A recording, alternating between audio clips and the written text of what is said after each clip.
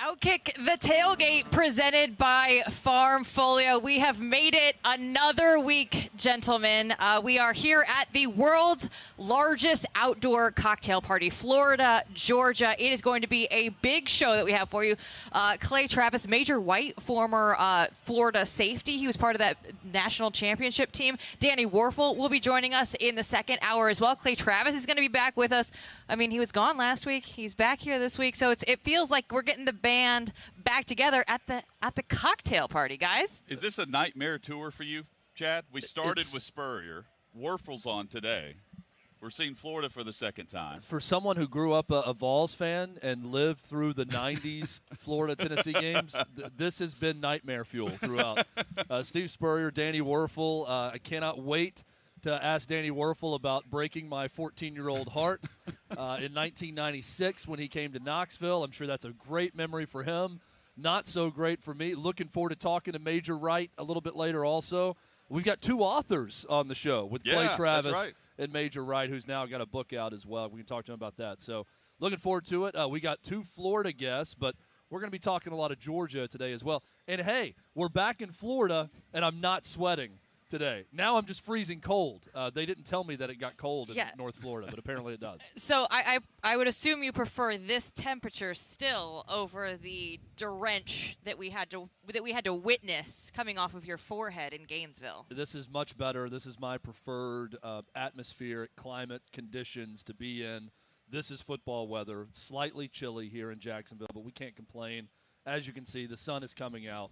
We're ready to go. So, and also we're not on pavement, which I think helps. You know, being on grass here today, the natural grass really helps lower the temperature. Gonna take your shoes off and roam around? I might. Might do some feel laps the dirt around here to warm up a little bit, some shoeless laps at some point. We're going to do all of it today. You were saying we have a lot of Florida guests, but we also have a really cool Georgia prize that will be given away here on location. There's an autographed Herschel Walker jersey. So they're going to be starting to give away raffle tickets starting at 10:30 with a raffle at 11:30. Must be present to win. So if you're in the area, you're a huge Georgia fan, come on by, because who doesn't want an autographed Herschel Walker jersey? I mean, you gotta take advantage of it. This is this our first giveaway? This is. Also, I feel like this is the first thing we've given away on the show. Other so than some waters, people walk up and need a water. Yeah. You can get swag. We have T-shirts and all that too. That's pretty cool. You know, OutKick gear and T-shirts and whatnot. But this is like the first real big prize out there. We've had limes also, courtesy of Farm Folio, which is going to be big for the cocktail party. We've got cocktail parties going on behind us right now. They're getting started early. There's a bunch of tents set up with people. We've got your limes for your vodka sodas, whatever you're going to put the lime in. I mean, we are set and ready to go here today. Perhaps some bourbon today. We were hanging out with the guys from Buffalo Trace last night with great event. Joshua and Drew hanging out with them, having a great time. You were hosting with one Clay Travis last night. It was a ton of fun. It was the first of the OutKick Bourbon Tour poured by Buffalo Trace. Had a lot of fun with a conversation with Clay Travis last night, and those guys are great. And this is just the first of, I think, 4 throughout this season. There's going to be another one in a couple weeks. I know we're going to do one around the SEC championship game in Atlanta. So we're just getting started with Buffalo Trace. And I feel like I'm sort of a bourbon expert after last night, just listening to those guys talk about the different brands, the aging process, everything else. I mean, I feel like I should probably start my own distillery at some point. That may be my next business venture. Chad's tasting room. We saw it in full display last night. Yes, Chad's tasting room, and we tasted. We enjoyed. We took it in. It was perfect. Guys, we're here with the Florida-Georgia game as our backdrop. It's one of the greatest games that I've always had on my bucket list when I look at this game, right? It's just Florida, Georgia, it's so historic. You think about all the memories, and we're going to be talking, like you said, to Danny Wuerffel later about some of those great games from the past. But what do you look at when you see this matchup? Because Florida this season, we've seen them as an up-and-down team, right? We saw them as that team that played against Alabama. Everybody saw it. Oh, wow. You know, Bama kind of came back to life, and Florida maybe was going to exceed some expectations. And then we saw them against LSU. So what kind of Florida Gators team do we expect here today? Just a good Gators team is who I hope shows up today against an elite Georgia roster, Chad, a group that's allowing 6.6 points per game. And a Florida team, the last time we saw them, gave up more points than Georgia has allowed the entire SEC slate to this point. That's crazy to think about. So we're seeing an elite Georgia Bulldogs team. I want a good Florida team to show up and make this game competitive for as long as it can be. Yeah, and I'm going to steal a line from Danny Wuerffel, who's going to join us a little bit later, who is the son of a Lutheran pastor and runs his own ministry. And he said this is an opportunity for Florida to cover up their sins throughout the season. If you can pull the upset and beat Georgia. Look, this has been a disappointing year for Dan Mullen in Florida. You know, they've been upset twice now by Kentucky and by LSU. So to pull a monumental upset, which is exactly what that would be today if they were able to beat Georgia, could cover up a lot of that. I think that Florida has the defense to hold Georgia down, and we're going to talk a lot about the individual matchups. I think Anthony Richardson now at quarterback, clearly they got something going in that second half against LSU offensively. A lot of things to like about Florida, but, boy, anytime you go up against that Georgia defense, you hate it. And that's the one thing that I can't get past in this matchup. But I think this is a huge opportunity game for Florida to correct this entire season. I feel like we say this every week. It's Richardson's time.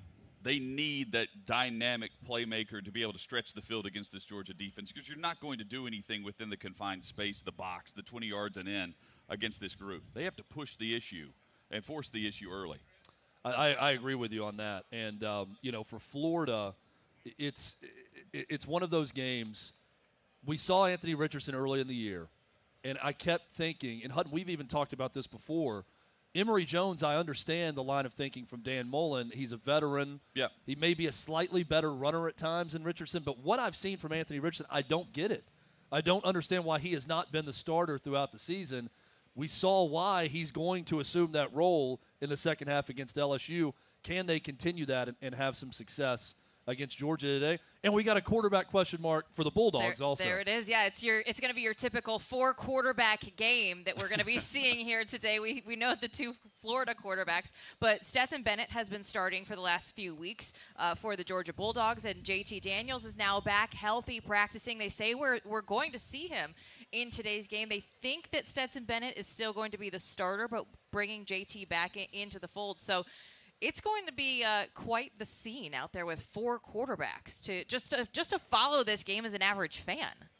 Musical chairs, right?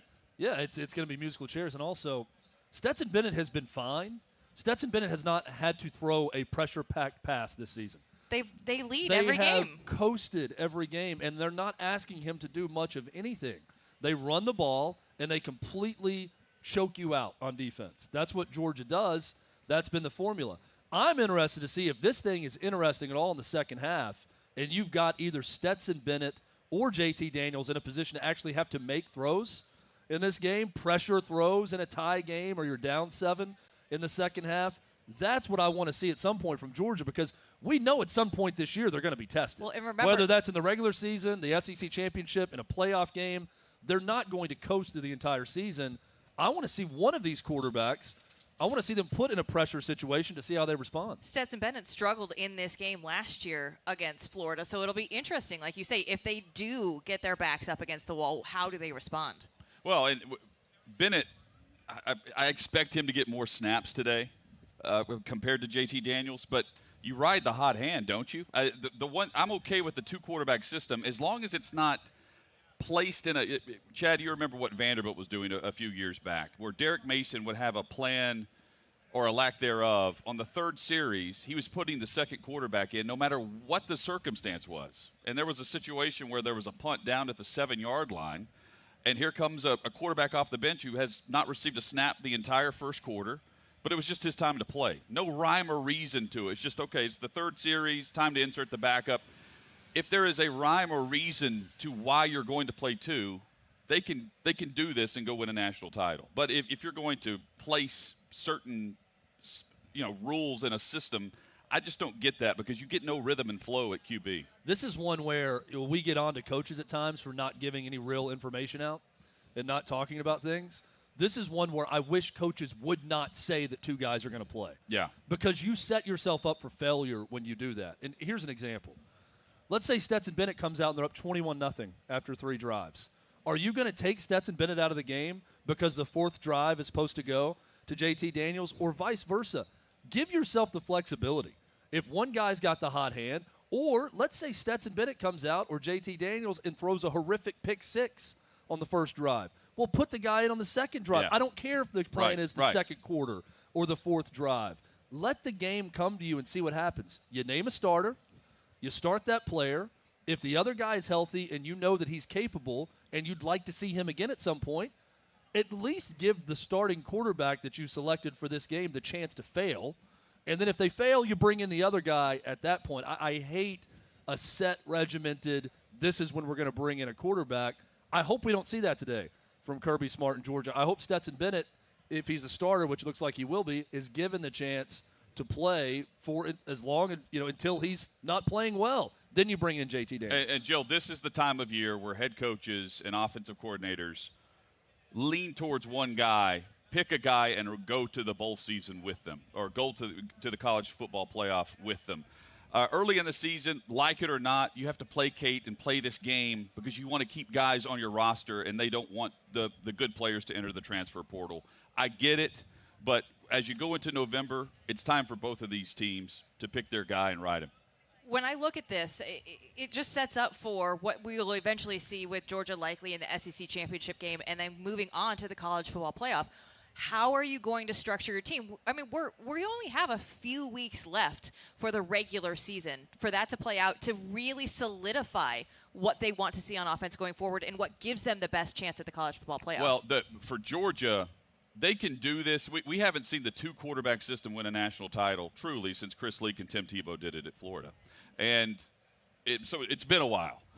But with Georgia's defense, they can lead the way, and you can do this and go win and hoist the trophy in January, Chad. I mean, this is not something that's going to hold them back. But I do wonder, in that crucial – they're going to be tested at some point. And there's going to be a 4th quarter play where one of these two guys is going to have to step up and make a huge throw. Who's in there on that moment for them? Are they going with Daniels? Are they going with Bennett? I think they would lead Bennett at this point. Well, and it's not, going back to even Chris Leak and Tim Tebow, I'd love to see the snap breakdown. You're right, Hutton, that was a 2-quarterback system, but that was still more of a Tim Tebow would come in on 3rd down and run it. Right. I don't even think Tim Tebow got a lot of series.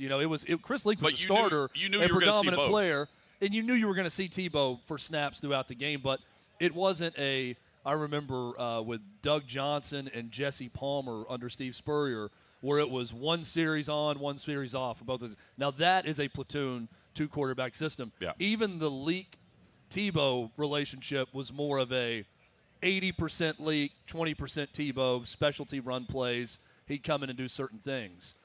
So I don't think it works ultimately. Now, I also get the sense that, and you guys correct me if you completely disagree with this, and we talked to Russ Tanner about this when we were in Athens, Georgia. It seems like the coaching staff wants Stetson Bennett to win the job.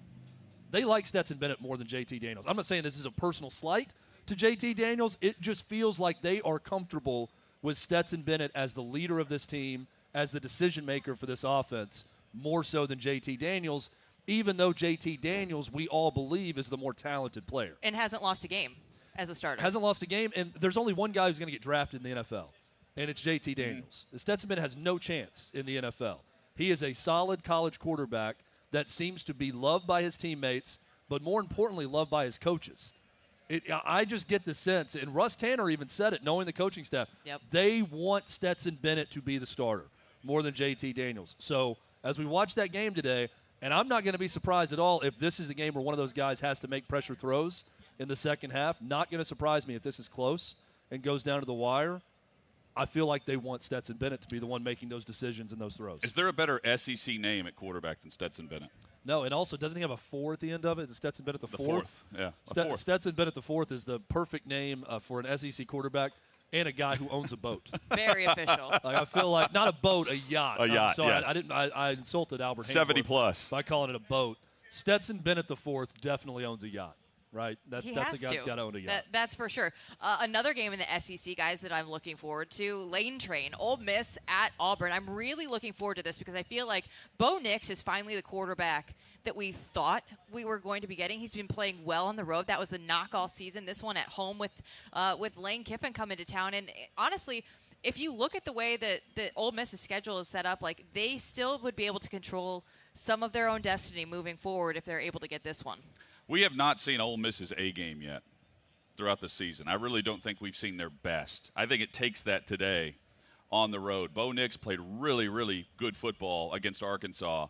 They've had the week off. Ole Miss is very banged up, and the Vegas line reflects that. When you see the Ole Miss team that we think we know and the Auburn team that is getting better week by week. Biggest home game for them of the slate so far. Of course, we know they have the Iron Bowl a little bit later in the season.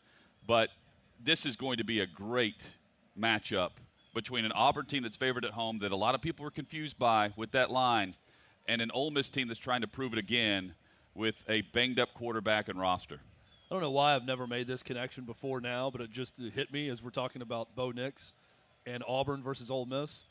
Bo Nix is just a better version of Bo Wallace, who played at Ole Miss, right? The two Bo's. I'm thinking they're the same guy. Bo knows. They physically look the same. They're both a run-pass option. Yeah. Again, Bo Nix is better than Bo Wallace, but with the Ole Miss-LSU matchup, anyways, that just clicked in my head.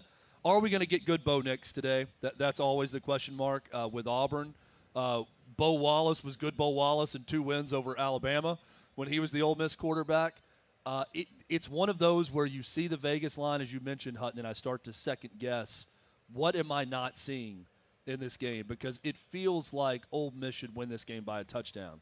And then I see Auburn favored by a field goal. Auburn's got their own, semi-distractions with their head coach not saying whether or not he's vaccinated, and a December 1st deadline is coming down. So there's a little bit of a sideshow going on with that. No, in fact, the deadline for him to be vaccinated would be the day of the Iron Bowl. Yeah. On the 27th. We had this conversation that you guys said, with Washington State, it's a Nick Rolovich, it's a West Coast thing. That would never happen in the SEC, but here we are. He would never be forced to resign or get fired in the SEC.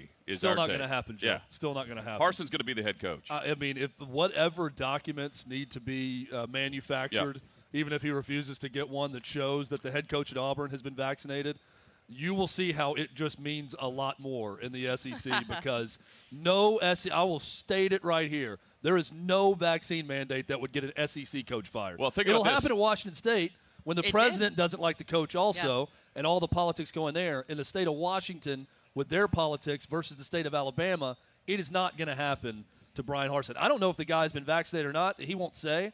No one really knows. Maybe he has, and it's no issue. But the fact he's not saying, to me, lends me to believe that he's not, and I still don't believe they're going to do anything about it. I mean, consider what could be set up for Auburn on the 27th. They'd win today, they're most likely going into the Alabama week with 1 conference loss. And then you have Ole Miss, who can secure second place in the West by winning today when you start to look ahead to their schedule. There's a lot at stake. And, again, I don't think we've seen Ole Miss play their A game for 4 full quarters. I think they have to do that tonight to win. You guys had OutKick SEC writer Trey Wallace on your show earlier this week, and he was saying that Kentucky-Mississippi State is actually his favorite SEC matchup of the weekend. This is the one that he's looking forward to the most. Is he crazy, or is he onto something here? I think it's the most revealing about an SEC game today because we find out, is Kentucky a fraud, right? We go into a game where Mississippi State is better. Kentucky hasn't faced a passing attack like they're about to with Leach's offense. But this is also, Chad, this is a litmus test for me with the Wildcats. Because when you look at their record and how they've survived, give them credit. They have found a way. But this is more about Kentucky than Mississippi State because we have not seen consistent Kentucky yet. I think this is a dangerous game for the Wildcats. And look, there's a reason they're only a 1.5-point favorite. And I agree with Trey Wallace, by the way. I think I'm more interested in this game outside of this one, the cocktail party. I'm more interested in Mississippi State, Kentucky than even Auburn, Ole Miss today for a number of reasons. Kentucky has struggled against teams that can stop their run. Georgia, Florida, and even though they beat Florida, they could not run it on Florida. Mississippi State's defense, everybody wants to talk about Mike Leach and the passing attack and the offense. They've got a very good defense, Mississippi State, very good against the run. If they can stone Kentucky in their run game, watch out. I think Mississippi State could win this thing going away tonight if that's the case, because Kentucky is big and physical up front. Mike Leach talked about it all week. They want to control time of possession. They want to maul you in the ground game. They want to dink and dunk with Will Levis. It's not a vertical passing attack. It's not a quick strike offense. It is a 4 yards in a cloud of dust or quick passing game offense. If they're not able to run it, and Mississippi State, I think, has the defense that can stop them, could be a good night for the Bulldogs. There's a lot of individual talent on that Kentucky offense. That's why I always gravitate towards wanting to buy in to what I see at quarterback and the talent at receiver and pairing that with a strong offensive line and running back. But the individual talent has not meshed as an offensive group at all. There's no balance or rhythm to it week to week. There's more at Mississippi State right now than there is at Kentucky, if you really think about it. I'm not saying Mississippi State is a great offense, but I think they have more offensive ability week in and week out. Chad, to your point with now, the what Mississippi Kentucky State does have, though, Jill, quickly, is a dude named Cavassier Smoke. Oh, yes. Who just they win the name game. By name alone, no doubt. He could single-handedly carry Kentucky to their best season since Bear Bryant was the coach. Sugar Bowl is possible. Which I feel like the karma of having a guy with that name on your roster is what may bring Kentucky to only a one-loss season this year. We're going to need a Chad Withrow all-name team. Yes, he's at the top of the list. Stetson Bennett, the fourth, is up there also. Yep. I was going to say, to your point for the Mississippi State defense, they have yet to allow 200 yards on the ground and hold opposing rushers to 3.4 yards per carry. So that could be the deciding factor in that matchup. But then we look at the Big Ten East, some huge matchups. I feel like these are the games that we've been waiting for in the Big Ten all season. We could start with Penn State at Ohio State. Penn State, of course, 9 overtimes against Illinois. Well, that was 9 plays. I hate this. We'll get into that. 9 plays, not 9 overtimes. 1 overtime, right? And then the plays started. Yes. 2 overtimes. Thank you. Yeah. We'll get into it. We'll get into it. Sorry. I promise. You brought it up, Jill. I did. Jill has a rundown. Let's stick to the rundown, please. Let's not get ahead of ourselves. Don't get ahead of We'll yourself. talk overtimes later. But looking at Penn State, they expect Sean Clifford to be back this weekend. Of course, that's going to be a huge difference, as we saw in the Iowa game. Chad, you know the biggest difference maker there. But going up against Ohio State, which is, in my opinion, the best team in the Big Ten right now, they have looked better and better each weekend. It looks like they got their defense a little bit more secured than they did at the beginning of the season. They're still not great, but they're definitely better, and with one of the most explosive offenses. How do you see this one? I have to believe that Penn State was clearly looking past Illinois last week. And that was a big part of that letdown. Penn State is better than what we saw last week.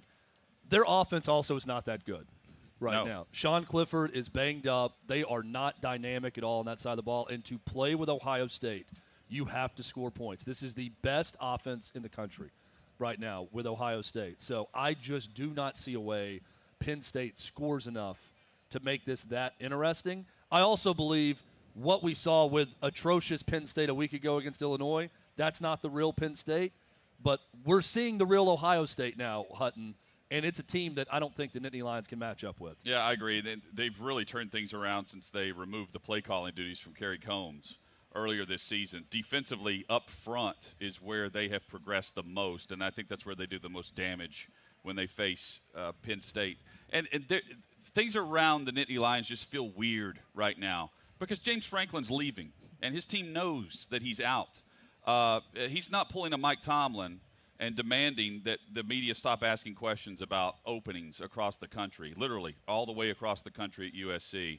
And I think that plays a factor in last week as well. I don't think it's as much about looking ahead to Ohio State as much as it is just having to answer the daily questions about the future of the program. And a strong future. They have the best recruiting class that they've had in a long, long time coming in next year. And that is at the great work of James Franklin. But look, this is an Ohio State team that is elite now, And if they're not the second best team, they will be soon in the country. It's just so weird when you got the coaching situation at Penn State is strange for this reason. James Franklin's been there for 8 years. He's done a really nice job. Great, yeah. And I don't think he's ever been fully embraced by Penn State fans. And we went from the week leading up to the Iowa game with Penn State fans all saying, oh, James Franklin's not going to leave. They'll pay him what's needed. He's going to flirt with whoever, but he's not going to leave for USC. To 2 losses later to Iowa and Illinois, to a lot of Penn State fans saying, good riddance. If, in fact, you have one foot out the door, go ahead. We'll go hire someone different. I just find it to be a very awkward situation right now at Penn State with James Franklin. And, look, I understand why he would want to look around at USC and LSU. We all understand that, but it just feels like a lame duck coaching situation.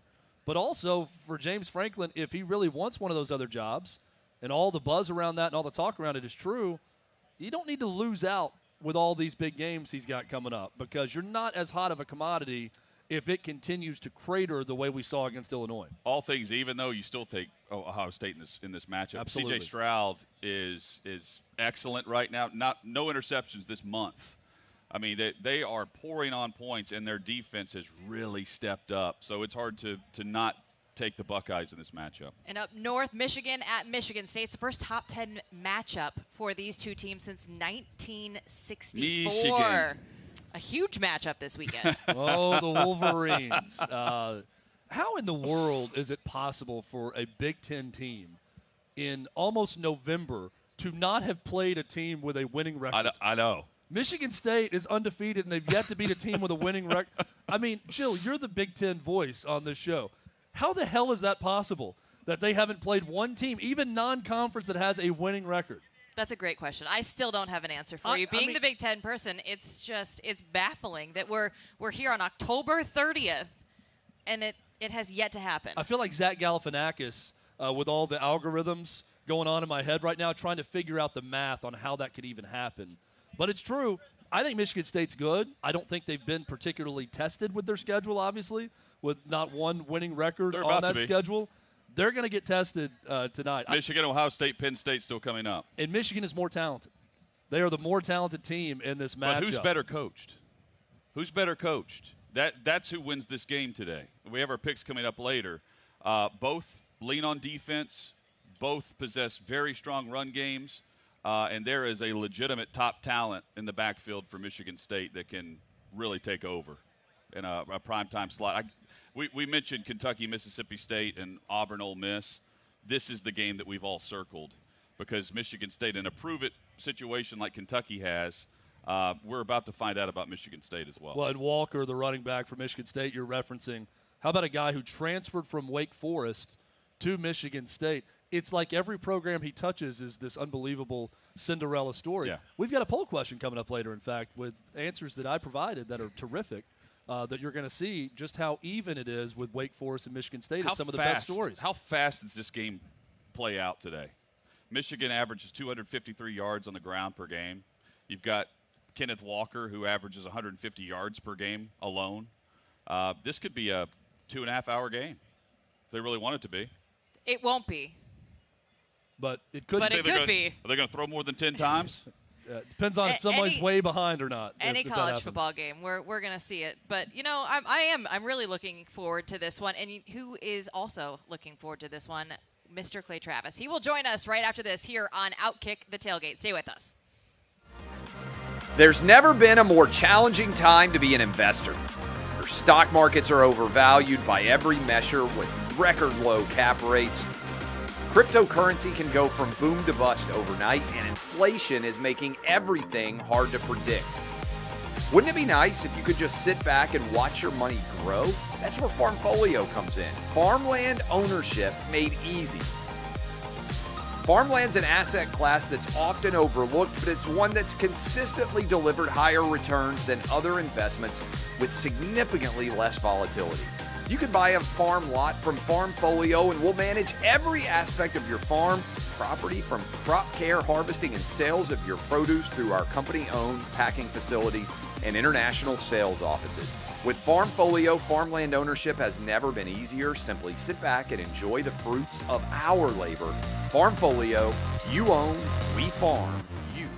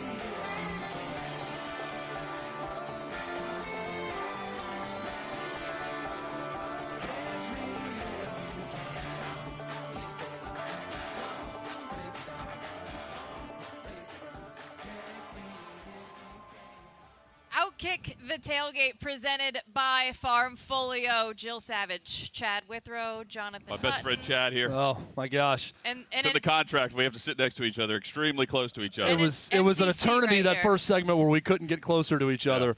Hutton, I brought some gum just in case you need some. Yes, Since we're so thank close you. to each other now, Thank you. You can have that as well. Key to my heart, chewing gum. This is the way the rest of the show will be shot now, Jill. That's not a lie. Like, the man eats more gum, has more mints than anybody that I know. But loves a one nice play gum. Travis was supposed to be sitting in this seat. You know, we do this every week. He goes away for one weekend, and you get your name on the side of a bus, and you change. You don't show up for the segments that you're supposed to. He's on a boat right now next to us. Yeah, Who let Clay get away? That's the question. It's not about Clay wandering off. That's just what he does. Yeah, I mean, Clay he doesn't really, have a thought of his own. Like, he's just led in one direction or the other. It's like a and dog he's taken and a somewhere, and squirrel. it's, even when Clay sits down here, he's like, oh, what am I doing? I'm coming down center here. Clay doesn't know his schedule. Someone has Clay's schedule, and they walk him around. And the bottom line is Clay has a schedule where he joins us, and he's not here.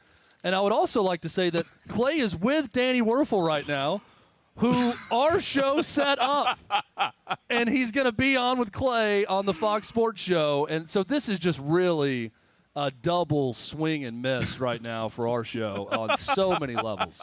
And as you can tell, I'm going to try to be real calm about it and calm, cool, and collected. But we're really swinging and missing right now in a lot of different Jill, ways. you're lucky that the Braves won last night. Otherwise, Chad would be going off the rails right now. We need Yeah, we need FanDuel to set an over/under on Chad. Calm, cool, collected. I would just start throwing limes in that direction until someone turned around and sent Clay over here if the Braves had lost last night. Okay, so How about my Braves, How by about the way? your Braves? Oh, come on. Congrats. Let's get it going. Thank There we go. everybody. Hey, how Hey, about you got some fans over here. Yeah, So there- you got yes, some sir, fans? yes. There it is. this This is Georgia the best fan tailgating knows. area They of like the it. season so far. All right, so I talked to Let's this go. 10 over here, Yeah. and wave over there, please. Yes.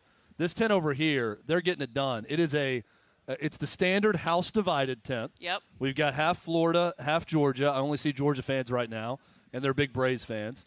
This is all set up through Tailgate guys, so they're on a lot of college campuses. But basically, you show up and everything's there, ready for you to go. And they say on cocktail party weekend, it is booked up, ready to go. We need to make sure that they know that they can get the autographed Herschel Walker jersey coming up later Yes. today. If you guys know that, Herschel Walker jersey is going to be, it's an autograph. It's going to be given out later, 10:30 for the raffles, and 11:30 we're going to be giving out the jersey. So that's going to be a pretty big deal here on You our guys show. have to stop hitting this I table know. so hard every time the sound goes out. Very Fine-tuned demonstrative machine hitting here. of the table every time. There was a lady over there raising the roof, which I have not seen in years. That was a great move. We had the tomahawk chop going. Another lady was raising the roof, Let's bring it back. which was Why not? great. Yeah, this is it's a nice setup here. It's a nice day. Nice Jill, tailgates where around. would It's nice where would people. this tailgate setting be on your college This- atmosphere ranking so far? this is Because great. this is the earliest we've seen people tailgate on our tour. Which is key, because I expected a lot more out of the SEC, right? Like, in the Big Ten, it doesn't matter what time kickoff is. Like, tailgates start at 6 a.m., no matter what.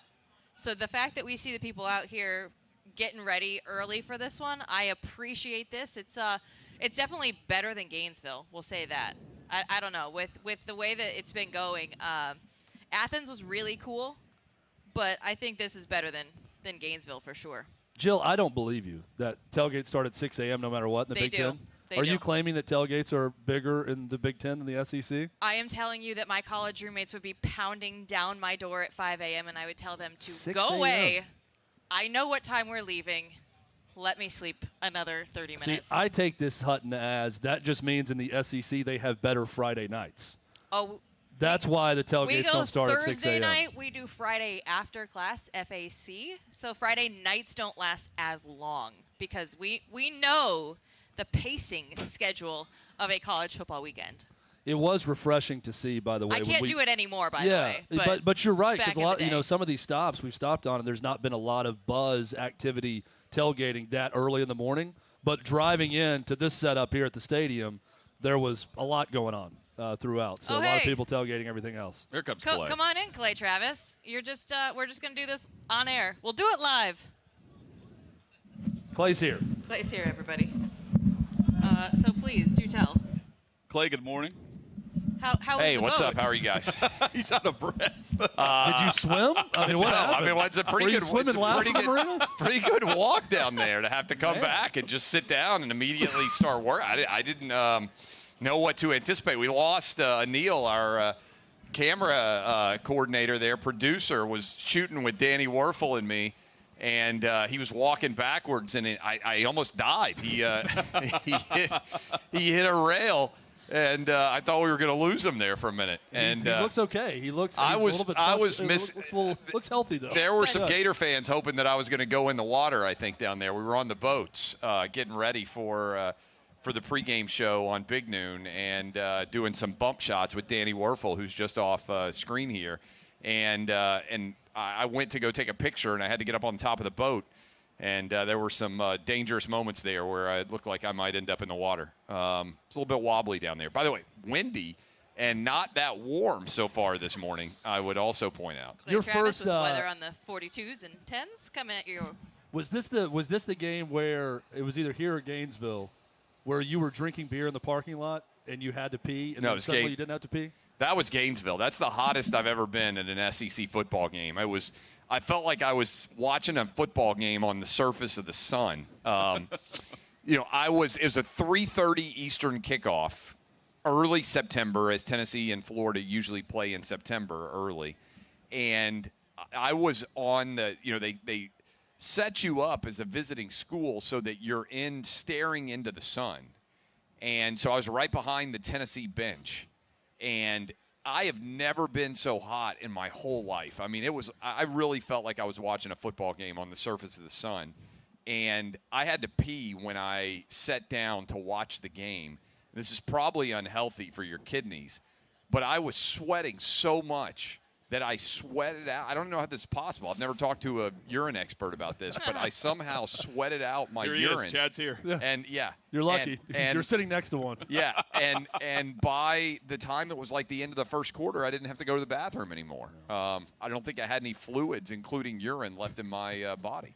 Yeah. So, yeah, that's how hot it was. I haven't had healthy urine in 2 years, so Yeah. I'm an expert on all things urine. I love that story every time. But you're right, it is a little bit cooler here than I was expecting. Feels so far. good. It's going to be 70 by kickoff, I think. But right now, I mean, there's a little bit of a breeze, and it's not warm. Not warm at all.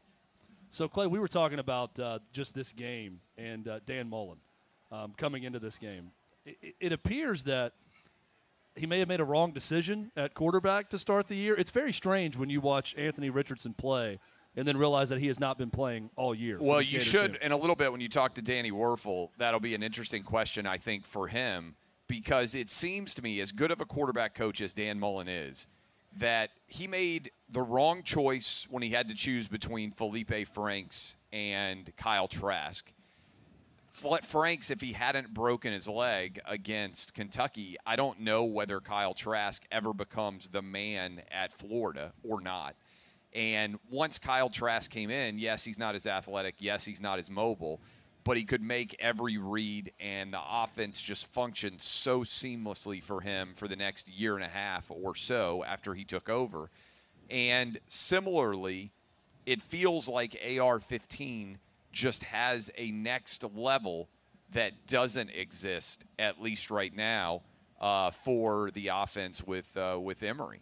And so I don't really know what is going on there. It seems like there's some interesting maybe behind-the-scenes dynamics. I think Dan Mullen likes Emory and feels like he maybe owes him based on his commitment to the program and the years of effort and energy and work that he's put in. But I don't think there's any doubt at all that if you just look at the Florida Gator offense with Anthony Richardson and you look at the offense with Emory, there's no comparison between those two ceilings, right? And so if I'm watching this game later today at 3:30, if Florida is going to have a chance, to me it has to be because AR-15 is in the game and he can just make a couple of plays against this great Georgia defense. And then I think you need the Florida defense, which was awful against LSU. Grantham has to have them in a position where at least they're making Georgia work their way down the field. You can't let Stetson Bennett or JT Daniels hit big plays over the top of you. because you have to make, I think, this Georgia offense nickel and dime their way to points. You can't give them anything easy because I don't think they're particularly explosive, generally speaking. But the way Florida played defense against LSU, they would have made anybody look explosive on that day. Clay, we've circled Week 9 for several weeks when we saw the schedule and how it laid out today. What's your favorite game of the day? There's plenty to choose from. I think that Georgia's going to win by double digits. So assuming Georgia takes care of business here, to me, Michigan State is the game that has the most impact on the national schedule. Now, partly that's because Penn State's already lost twice. They lost to Iowa and they lost to Illinois. So the impact of the Ohio State game is not as substantial as we anticipated. Now, if Penn State were to go on the road and upset Ohio State and give Ohio State a second loss, then I think that would obviously have a lot more impact. But right now you look at the Big Ten East, and this feels like moving day. Who's going to win between Michigan and Michigan State? Is Ohio State going to go ahead and eliminate Penn State? By the end of today, we should have a pretty clear-cut 1-2 in the Big Ten East and have a general sense for how that division is going to play itself out and who are the real playoff contenders and who aren't. And we've been waiting for that for a while. I don't want to screw Jill up on her rundown again, but I do want to ask Clay this as a preview of a conversation we're going to have later. Are you for or against the new overtime system with all the two-point conversions back and forth that we really saw take place for the first time to that extent with Penn State, Illinois? I think it helps the underdog. I don't necessarily have a it's better or worse idea, but I think in general, when you are the inferior team, if you take out field goal attempts, if you take out starting at the 25-yard line, that takes away, let's say you get sacked, your chances of not scoring. It's almost impossible to give up points on the two-point conversion. I'm sure somebody's going to lose at some point on an interception or a fumble return where you have to go the length of the field, but it's hard to score from basically 100 yards away if you are the defense, compared to being a little bit easier from the 25 if the defense makes a play. And also running plays from the 3-yard line, somewhat arbitrary in terms of whether they succeed or fail. But I understand why they did it, because the number of snaps that you had being played, for instance, in the Texas A&M LSU game that went 7 overtimes, it was hard to get teams to ever find a way to resolve them. So I think having one play from the 3, for people who don't know, and there's probably a decent number of people out there that still haven't even realized this, because the first one that got a lot of attention was the Penn State-Illinois game. To me, that is it's not an awful way to decide it, but I think it favors the underdog, because I think it's you take away, the more elements of the game you take away, the more significant the advantage is for the underdog, for instance, when you go to overtime. You think And by the way, sorry, it also feels to me more arbitrary, because when you have to make one play to win a game, as opposed to typically at least you're running 3 and kicking a field goal, there's 4 involved in any traditional overtime. I liked the concept of taking the ball at the 25-yard line. I wish the NFL did that, honestly. But maybe you require a 2-point conversion attempt every time as opposed to allowing extra points. Is James Franklin the next head coach at USC? And if so, is that playing a factor in Penn State's play right now? I think he will. I think he's going to leave. I do. I think he feels like he's reached the apex of what Penn State can achieve. And I don't know that his relationships there are so sound that it would be something where you would say, no, I just can't ever imagine leaving this place. And so USC has come after him pretty aggressively in the past, and I think it's way easier to win a championship at USC personally than it is at Penn State right now with what the Big Ten East is. That's such a lopsided conference in terms of the Big Ten East and Big Ten West. And so I think being in the Pac-12 South with SC, they have the best possible chance. So I think he'll end up at SC. Does anything that matter, anything that happens the rest of the season, does it matter for James Franklin if he doesn't win any of these games down the stretch and they finish 7-5, let's say? And I'll say the same for Mel Tucker. You know, if he goes over with all these big games down the stretch, they haven't beaten a team with a winning record all season. Does that matter at all for job possibilities, let's say LSU? I mean, I think it could. I think LSU is going to make a run at Lane Kiffin. That would be my analysis of what I think LSU is going to do and also what I think they should do. I think that's the best hire they could make because it not only improves LSU, it cuts the legs out from underneath Ole Miss, who you play every year. But, no, I don't think so. I mean, I think if Franklin's going to go to USC, I think it's probably the kind of deal that's done before the very end of the season. And honestly, if they lose to Penn State, their season's kind of over, right, in terms of competing at a high level for a Big Ten championship. I think the complicated factor would have been if they had kept winning, it probably makes it harder for him to be hired because then you're adding on, okay, the Big Ten championship game now, and then you've got to think about, are you going to be in the playoff mix and everything else? It's actually easier to leave, I think, when you aren't competing for a championship, and that could be the case for Penn State by a little bit later today when the Ohio State game's over. Clay, we started talking about quarterbacks in this segment. I want to get your reaction. Last week, we were at 6th and Peabody in Nashville with these guys. You weren't there, but Trent Dilfer joined us on set, and we had some really insightful conversations about college quarterback play and the coaching that they'll receive. I want to get your reaction. We have a clip here from Trent Dilfer. Is there a specific example that you think of when you talk about this right now? That you see, you saw the player to lead 11 and say, "Man, I wish you would have gone somewhere." What's going on with DJ right now at Clemson? That's probably the most egregious thing I've seen. And I love Tebow, and I'll probably get a phone call.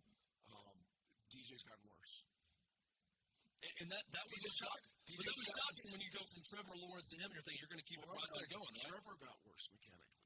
Trevor has completely changed from the time he left Clemson to what he is now in Jacksonville. Completely retooling. Now he's so better. Oh, yes, much better. He's so talented, and they were rolling so much that he got away with being sloppy. He'd be the first to tell you, get Trevor on the show. Say, what? As you went to the pre-draft process, and you looked at yourself at Clemson, and now you see yourself now. What are the differences? You go, oh my gosh, it's night and day. It's like I had no idea this is what was happening to me. So, and it's again, I don't even know who the quarterback coach is at Clemson. I couldn't tell you his name. It's not his job, right? But colleges need to do a better job of understanding it's a craft. Clay, what's your take when you hear Trent Dilfer come out and just talking about quarterback coaching in general in college football? Well, I really like Trent, first of all, and I think he has been tremendous at coaching so many different quarterbacks with the Elite 11. I got the opportunity to watch him work with Tua in Nashville when he was getting Tua ready, coming off of the broken hip to do. He didn't do a traditional pro day. They filmed it in Nashville and then sent it out to all the teams, and obviously the Dolphins ended up drafting him. I think Trent knows the quarterback position insanely well, and what he's doing right now, for people who don't know, is incredibly impressive at Lipscomb, which is a school that doesn't really have a tradition of being a football-dominant program in Nashville. And so I think, look, I don't know enough about the quarterback position, the mechanics, and everything else. You can probably ask Danny. I'd be curious what he would think about this. But I think Trent is the kind of guy who should be coaching college quarterbacks, right? Just from a pure mechanics perspective, not necessarily a scheme perspective, but just a mechanics in terms of how you make your throws. I've watched him work with quarterbacks, and it's impressive to see. So when he makes those comments about Trevor Lawrence, who's playing in the stadium right behind here, and about DJ and what's going on at Clemson, Clemson has fallen off in a big way. And is it possible that Trevor Lawrence was such an elite talent coming off of Deshaun Watson that they papered over some of those issues? I think it's an intriguing question, to be sure. I mean, I just thought that was one of the more insightful things that we have heard, not only just in general for the collegiate level when you actually dissect what has been happening. I haven't heard that conversation on a national level like that. It also shows you, I mean, Trevor Lawrence was great at Clemson.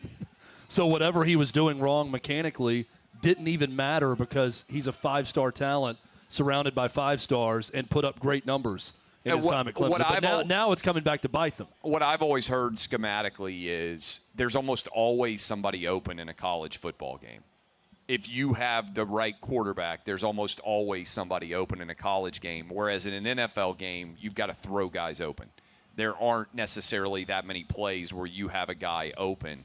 And honestly, Danny, and the fun and gun that they had with Spurrier, that was the thing that Spurrier was better at than almost anybody in his generation. How many times did you watch a game and then there's a whole side of the field and there's a receiver running wide open and nobody's near him? I always say, from a schematic perspective, football is a game of space. The job of the offense is to create space. The job of the defense is to eliminate it. And I don't know that there has ever been anybody who was more ahead of what defenses were doing than Steve Spurrier in the early days of the fun and gun attack, because he was better at creating space than almost anybody that I've ever seen.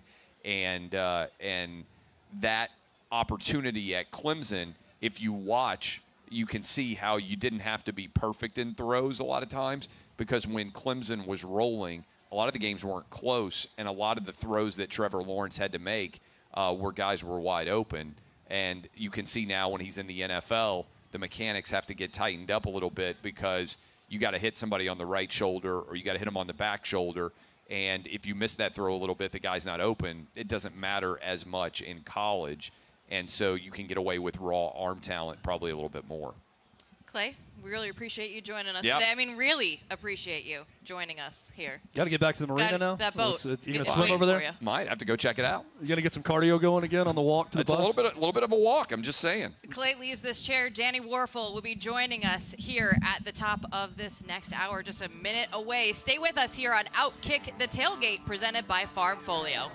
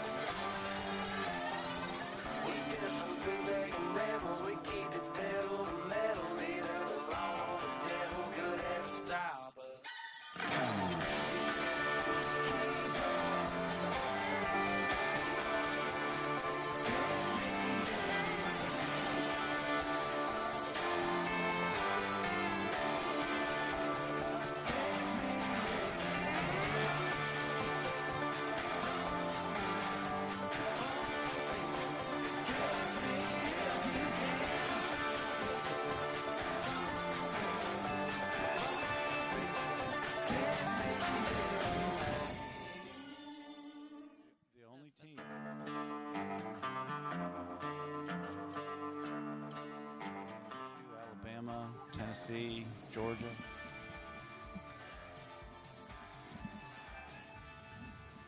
OutKick The Tailgate, presented by Farm Folio. At the top of hour number 2, Jill Savage, Jonathan Hutton, Chad Withrow, and Danny Wuerffel. Thank you so much for joining us. You might know him as Heisman Trophy winner, College Football Hall of Famer, former NFL quarterback, and then the guy who runs on boats with Clay Travis. That's right. We're boat buddies. That's right. it. Thanks for joining us. Absolutely. When you see the cocktail party, what does this bring back? What kind of memories come back when you're here for this game in particular?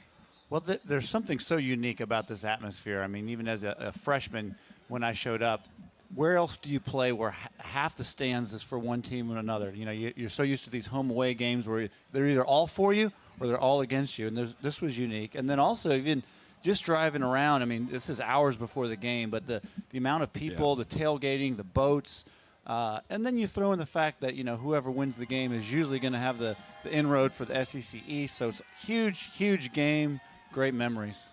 So, Danny, first off, congrats on not being winded, having walked from the boat here like Clay was. When he sat down, he could barely catch his breath from that long walk. Yeah. You're in much better shape than Clay.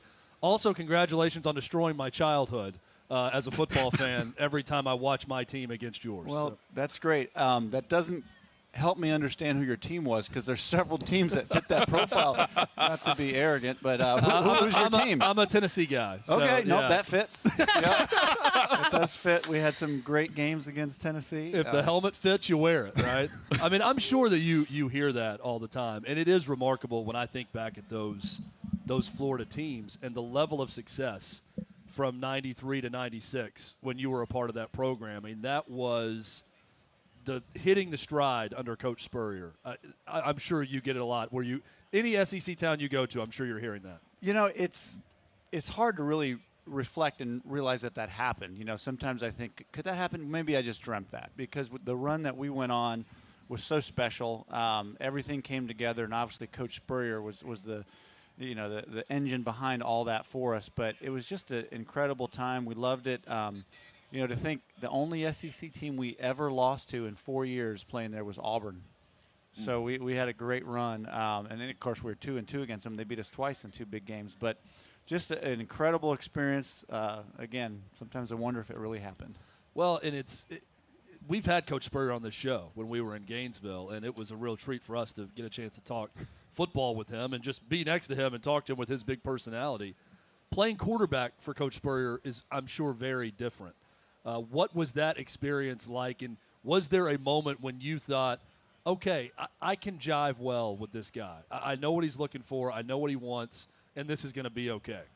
Well, it may or may not have been early on after I threw my first interception, and I thought the receiver had perhaps run the route not quite right, so I thought, is this going to be my fault or his? We'll find out pretty quickly. I get to the sideline, and he meets me out there, and he goes, Danny, don't worry, it's not your fault. So I was like, a big sigh of relief. And he goes, it's my fault for putting you in the game. You're out. So that was one of the first interactions. But, I mean, he was a tough coach. I mean, he really pushed, especially the quarterbacks and receivers, really hard.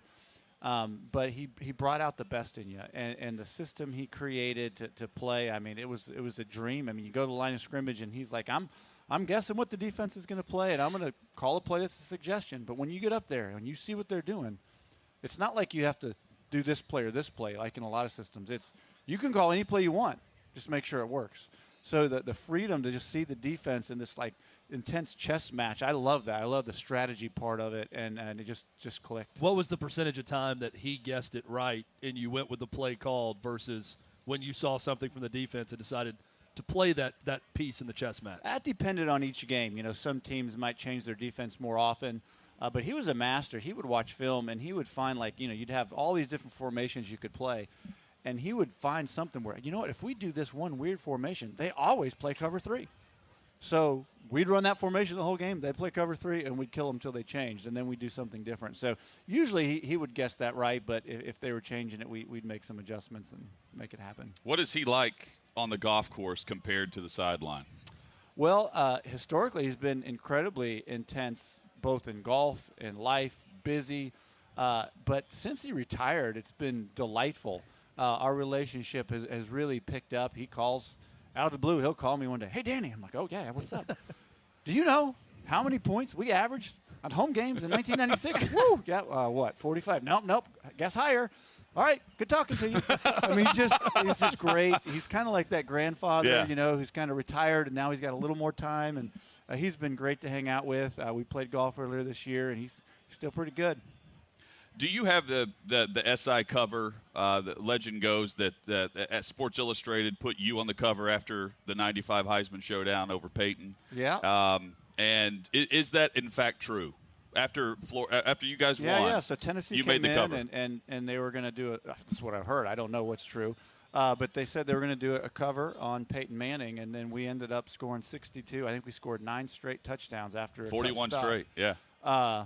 Yeah, that my math's not quite right, but it's better. 41. You know, it's funny. I showed my son years ago. He had never seen a game, and so we put that one on because I'm like, watch Dad beat Peyton Manning, and he watched the first quarter and a half where we were terrible. I almost got benched. He's like, Dad, you weren't that good, and he left. So he didn't even get to see the great stuff. He didn't see the comeback. No, he didn't. Where do you fall in because you already had your Heisman at this point, so you can answer this. Where do you fall in the Peyton Manning or Charles Woodson deserving the Heisman in 97 category? Because there was a lot of Peyton fatigue at that point because he was such a celebrity even coming out of high school. I remember where I was. I was in my car driving in. I think it was to the Saints Hotel for a game, and I heard it, and I was like, no, what? Like, what? It's totally caught me off guard. I think a lot, especially at that time, more now the media is so national, but back then it seemed like it was a little more regional. So all I had heard was Peyton Manning, so I didn't even think it would be close. So I was super surprised. Charles Woodson is obviously a phenomenal talent and a great player, but that was very shocking to me. I look at this game in particular and see the atmosphere that we have here, and there are birds that are chirping next to us right now. Everybody's getting in this atmosphere, and then I say, okay, this is a great setting. But when we look at the game that's going to be played on the field today, this has been an up and down Florida team this season. What have you seen from the team? What are your takeaways, and what do you think we're going to see from them today? Well, on one hand, it's a super important game for us because a lot of things have gone wrong. I think people can live with the taste of the great, even though it's a loss. I'm calling it a great loss to Alabama because they're such a great team. But then you look at the other couple losses, the way it went down. So I think this would be a huge game for the momentum for the Gators and for Mullen and for the team and for everybody. But that's my hopeful heart, thinking that these big rivalry games, you never know what could happen and could be exciting. But, then my head comes back and starts looking at the data and saying this is going to be a tough one. Although, now, play counterpoint to that even, Georgia's got a lot to lose, and there's been a lot of years where they came in as a much better team and Florida got it somehow. So who knows what could happen. I'm optimistic. I'm hopeful in my heart. My head's probably not placing a lot of bets. So. What does your hopeful heart tell you about Anthony Richardson and your thoughts on him? Yeah, no, I think he has shown, from what I've seen, a tremendous upside. I really don't have too much insight other than what's obvious, what everybody's seeing. The thing that I've noticed about him that I'm impressed with is not just that he's this incredible runner. I've also known, and I think he's demonstrated he's an incredible passer. But when you watch the way he moves through his progressions, with his mind, with his head, and with his feet, it's really impressive because he's boom, boom, boom, boom through, and every time he moves, he's ready to throw to the next guy and he'll hit his third or fourth guy sometimes, and that's really impressive, especially for a freshman. So, if he's processing information that fast to go along with the talent he has, it does seem like there is a tremendous upside. So that there's a lot of hope, I think, around that in Gator Nation. We've seen the 2 quarterback system work at Florida before with Chris Leak and Tim Tebow.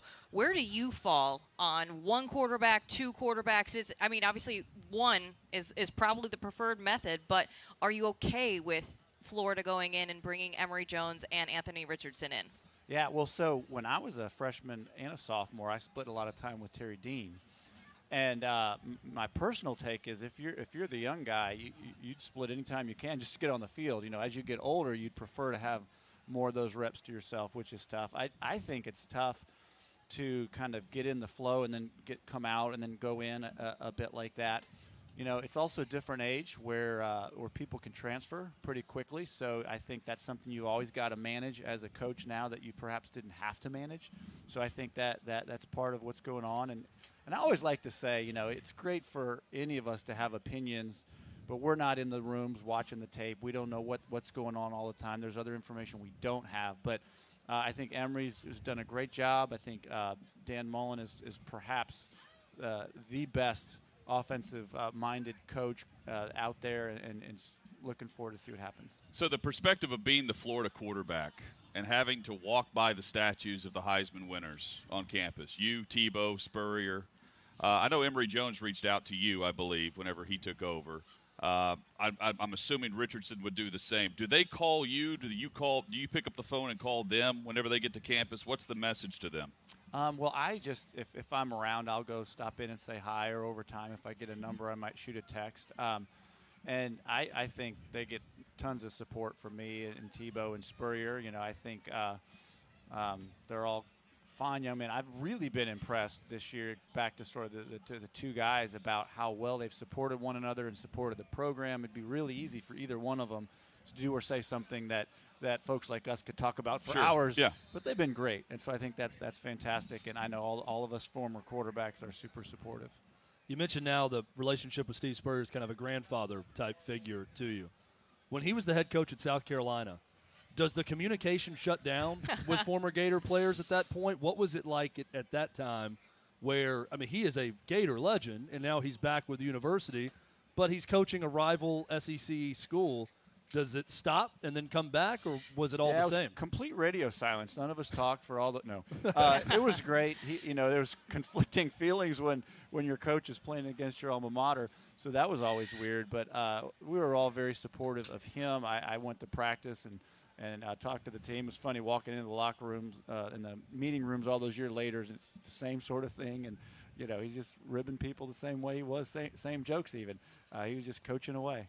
Could you tell in your time in the NFL with him that this wasn't for him in the long run, that he was going to want to get back into college football? I think so. I do think, he's so good at making adjustments to win.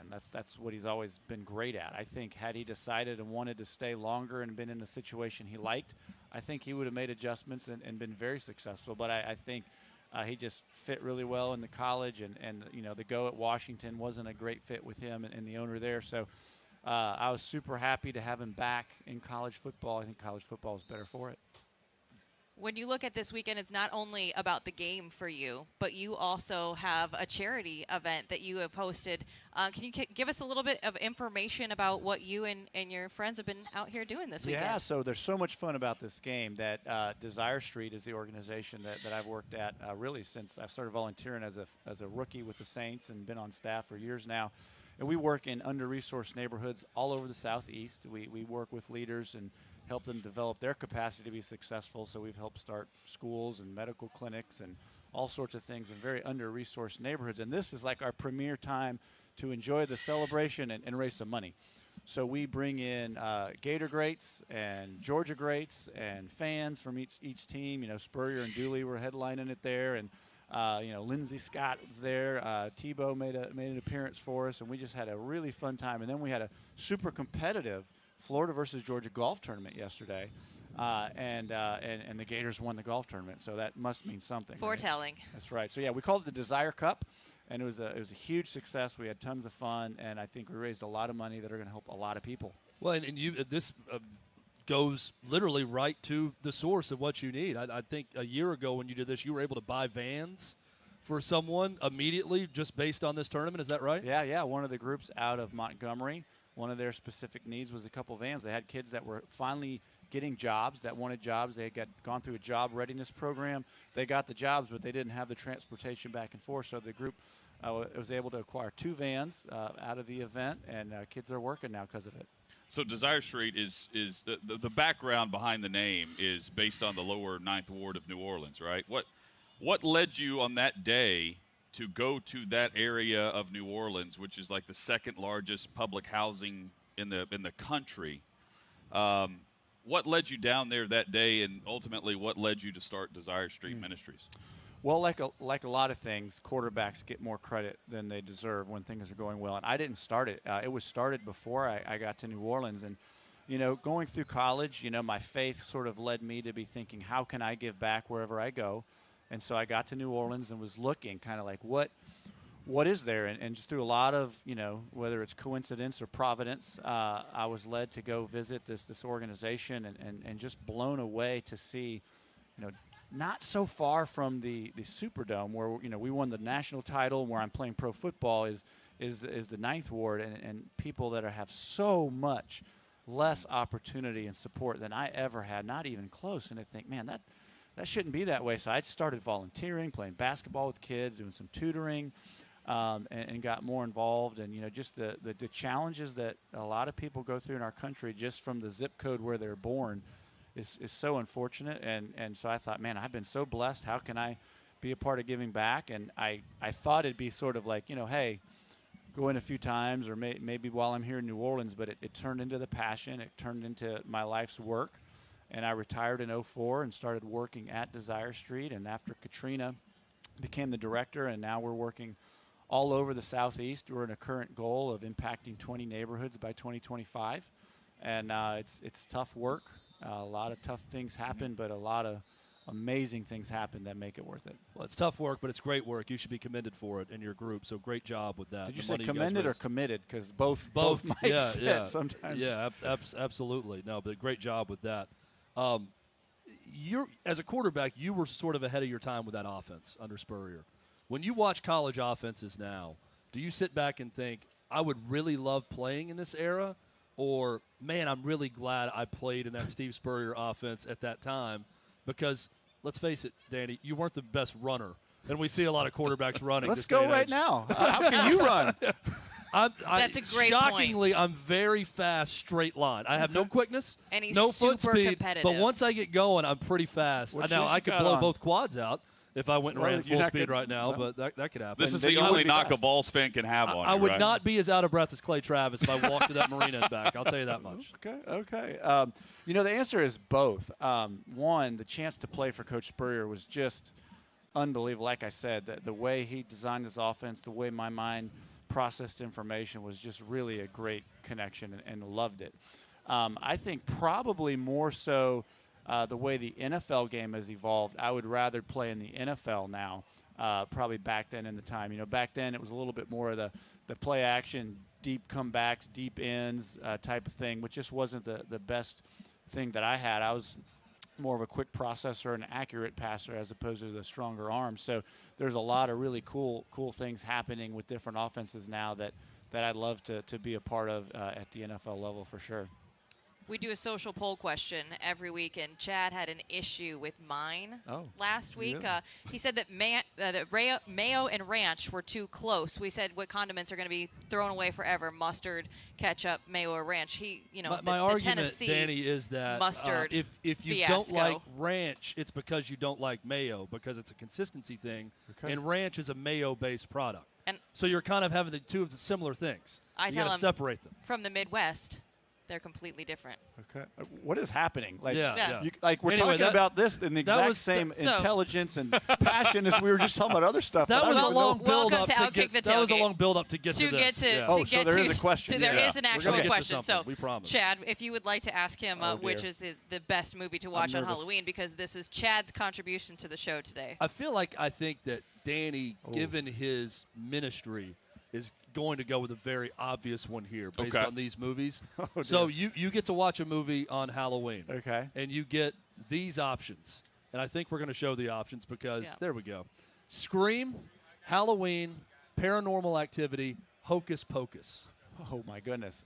There's one that's kid-friendly on this, and that's Hocus Pocus. So I feel like that was going to be your answer coming in. But maybe you're going to prove me wrong and say you're a big Paranormal Activity guy. Yep. No, I don't even. I'd rather do the mayo ranch question. probably. But it's funny. My son, who's now 15, called yesterday and said, "Dad, all the kids, all my friends." He listed 12 friends' names. He said, "They're going to see Halloween tonight. Can we go? I know it's R, but it's going to be great." And I'm like, "Well, why haven't you called your mom?" He's like, "Well, you know why I She's haven't gonna called say her no. yet." She's going to say no. I'm like- so I'm like, "Well, let's do a review." We'll talk. And I know his friends weren't going to go. So that'd be something I would maybe watch with him, but I wasn't going to send him. So I probably have to pick Hocus Pocus. I've got like a brand, like I've got to stick with that. But I'd probably brand. watch the others as well. Yeah. I mean, let's go there. If you're going to throw away a condiment forever, mustard, mayo, ranch or ketchup? What's gone forever? It would be mustard. See? Yeah, I put ranch on all the Easy. salads and like it, and He was at Neyland. and a couple weeks ago. mayo's like good on everything. I remember the first time I saw someone put mayo on French fries. I'm like, "What? You're crazy!" And then I tried it. I'm like, "So am I." It's so good. Hutton went with ketchup, which I think just makes him an insane person. He doesn't like tomatoes. Give away. How did you last on the list, right? No, I went with ranch. Oh, you I did go with threw ranch. away Okay. ranch. All right, Yeah. I thought you went with ketchup. Yeah, I have to have ketchup and Good. mustard. Good. Have to have You're it. back in. I'm in. You're I'm back in. in. We're saying Must again. have it. I also voted for Scream on this poll. As did a I. kid of the 90s, speaking of, you mentioned your kid calling, asking for permission.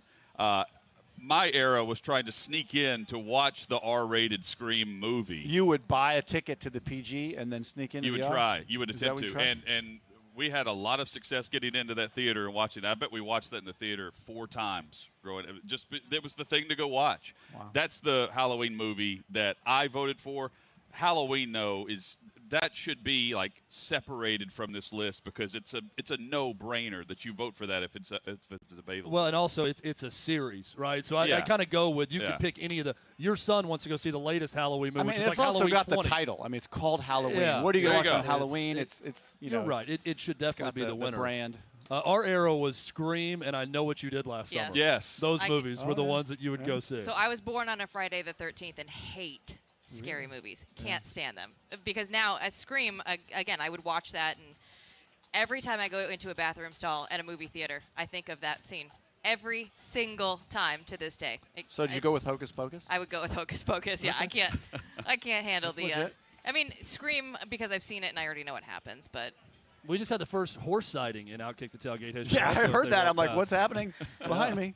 We've got birds every week, but now we've got horses too. It's fantastic. Danny, we really appreciate you stopping by, and again, congratulations on all the work that you've done. I heard that it was the highest auctioned football for your squad this year was $140,000. Do we have 30 seconds? Yeah, go for it. So we auctioned a football for $10,000 that me and Herschel signed several years ago. And I went back to my office, and I have a football there that was really special to me. I had spoken to a group of kids in an under-resourced neighborhood, and as a thank you, these kids signed a football to me. So it's an autographed football signed by kids out of a neighborhood. And I was like, why is the football that Herschel and I signed worth $10,000, and that football apparently is worth nothing?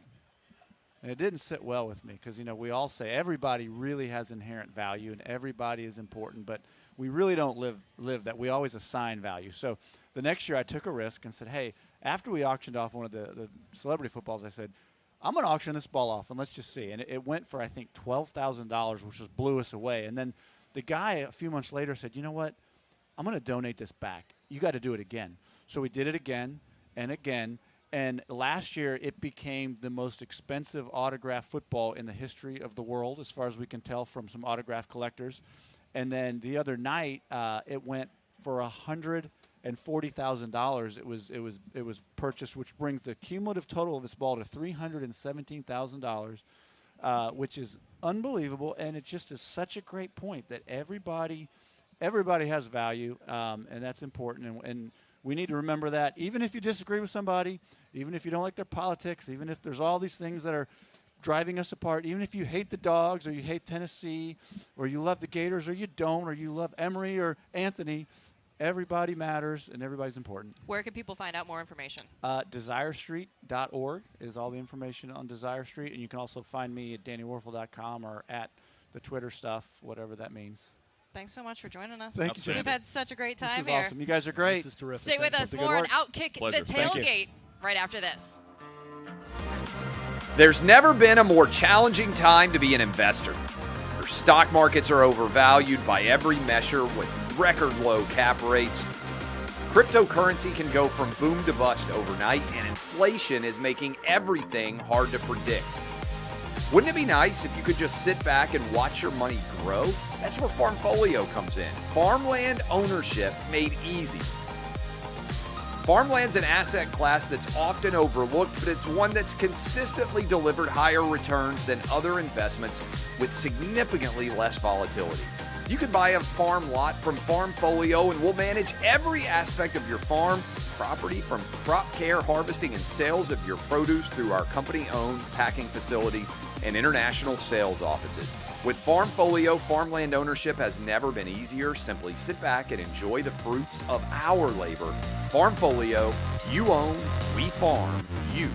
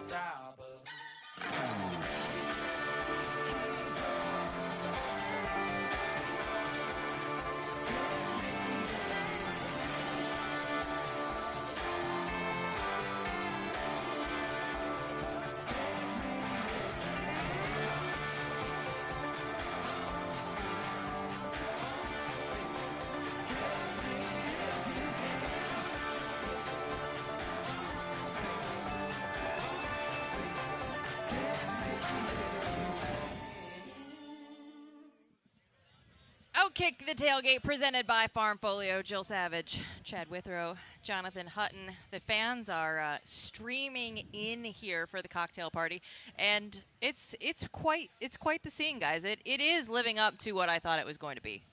It's a good vibe in this area with the people who were smart enough to just buy the tailgate tent in advance and have everything delivered for them, and they're ready to go. They've got serving platters out. There's full bars behind us. I did some drinking on last week's show from 6th and Peabody. Maybe we'll do a little bit of that later. There's a shotsky over here. Yeah.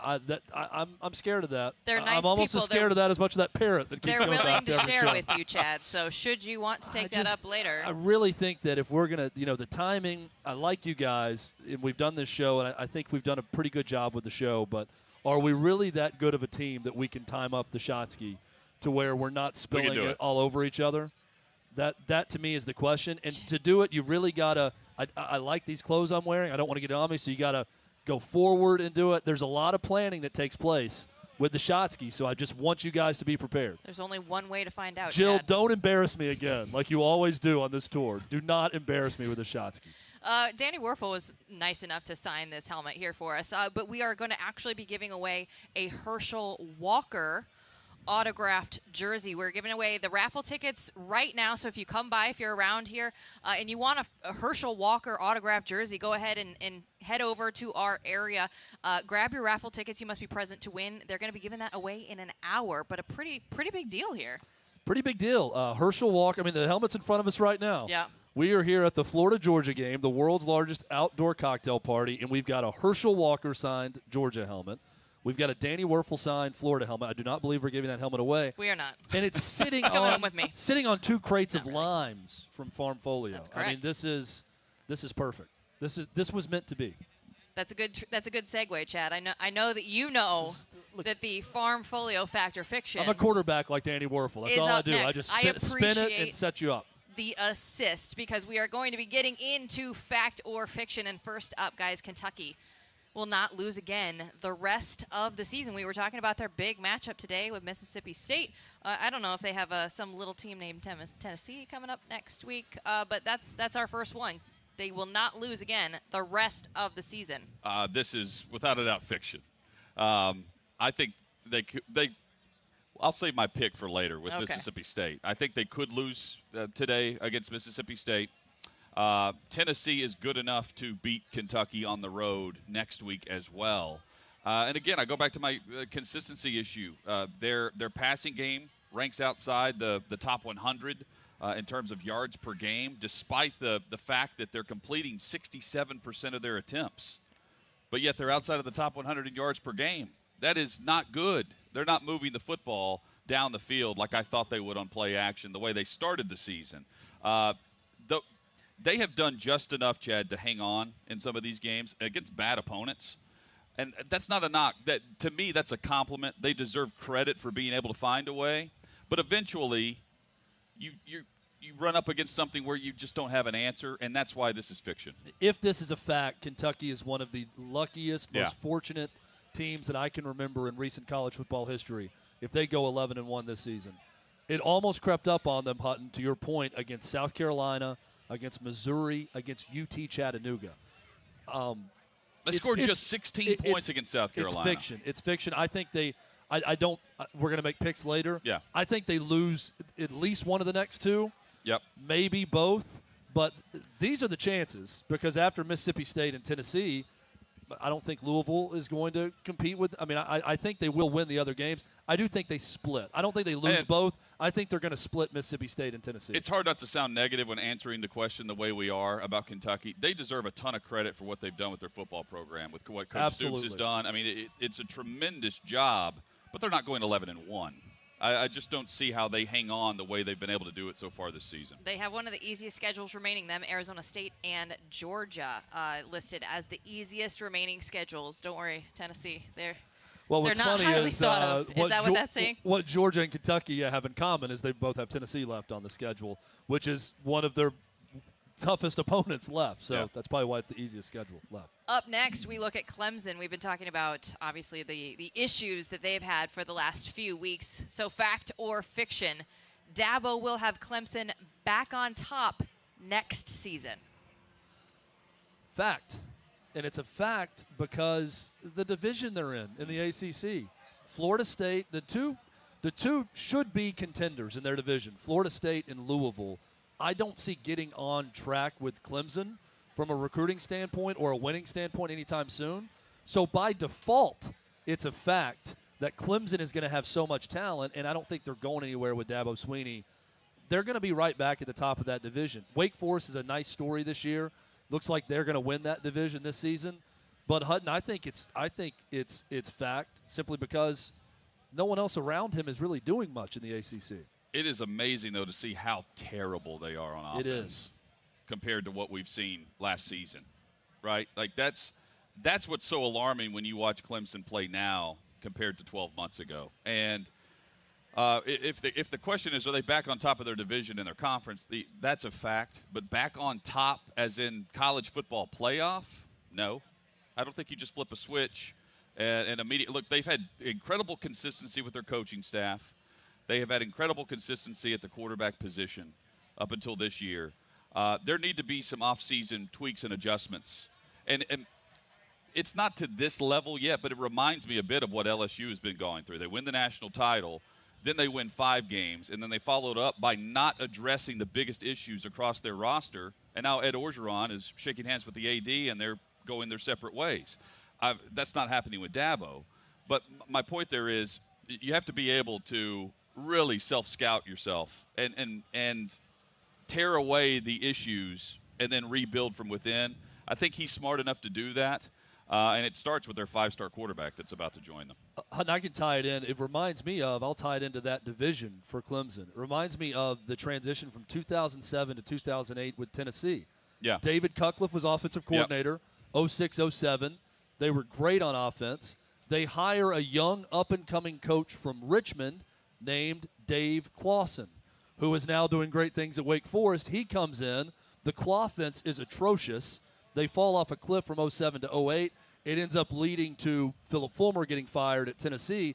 But the difference is Tony Elliott's still the offensive coordinator. So it's strange to see that level of drop-off with no big change with offensive coaching staff from one year to the next. Right, and on defense. So their defense is still playing at a high level too. But again, like you've got their coordinators who aren't taking coaching jobs when having the opportunity to, even in the SEC, having the opportunity to go interview and take a job. That, to me, there was some, using the Tennessee example, there was some erosion there, right? And it just ate away at the program. I think Dabo's smart enough to not let it get to that point. But to say they're just immediately back on top a year from now, I think that's a hard ask based on what I see offensively right now from this group. By the way, I agree with Hutton's premise in that they're not going to be on top of the country. No. But I think they're going to be in the mix because Florida State is not coming up and catching them anytime soon from a talent standpoint. Look at every program in that division. They're going to win that division. They should win the ACC regularly, and if you do that, you're going to give yourself a chance. And they're going to be part of the national conversation week in and week out.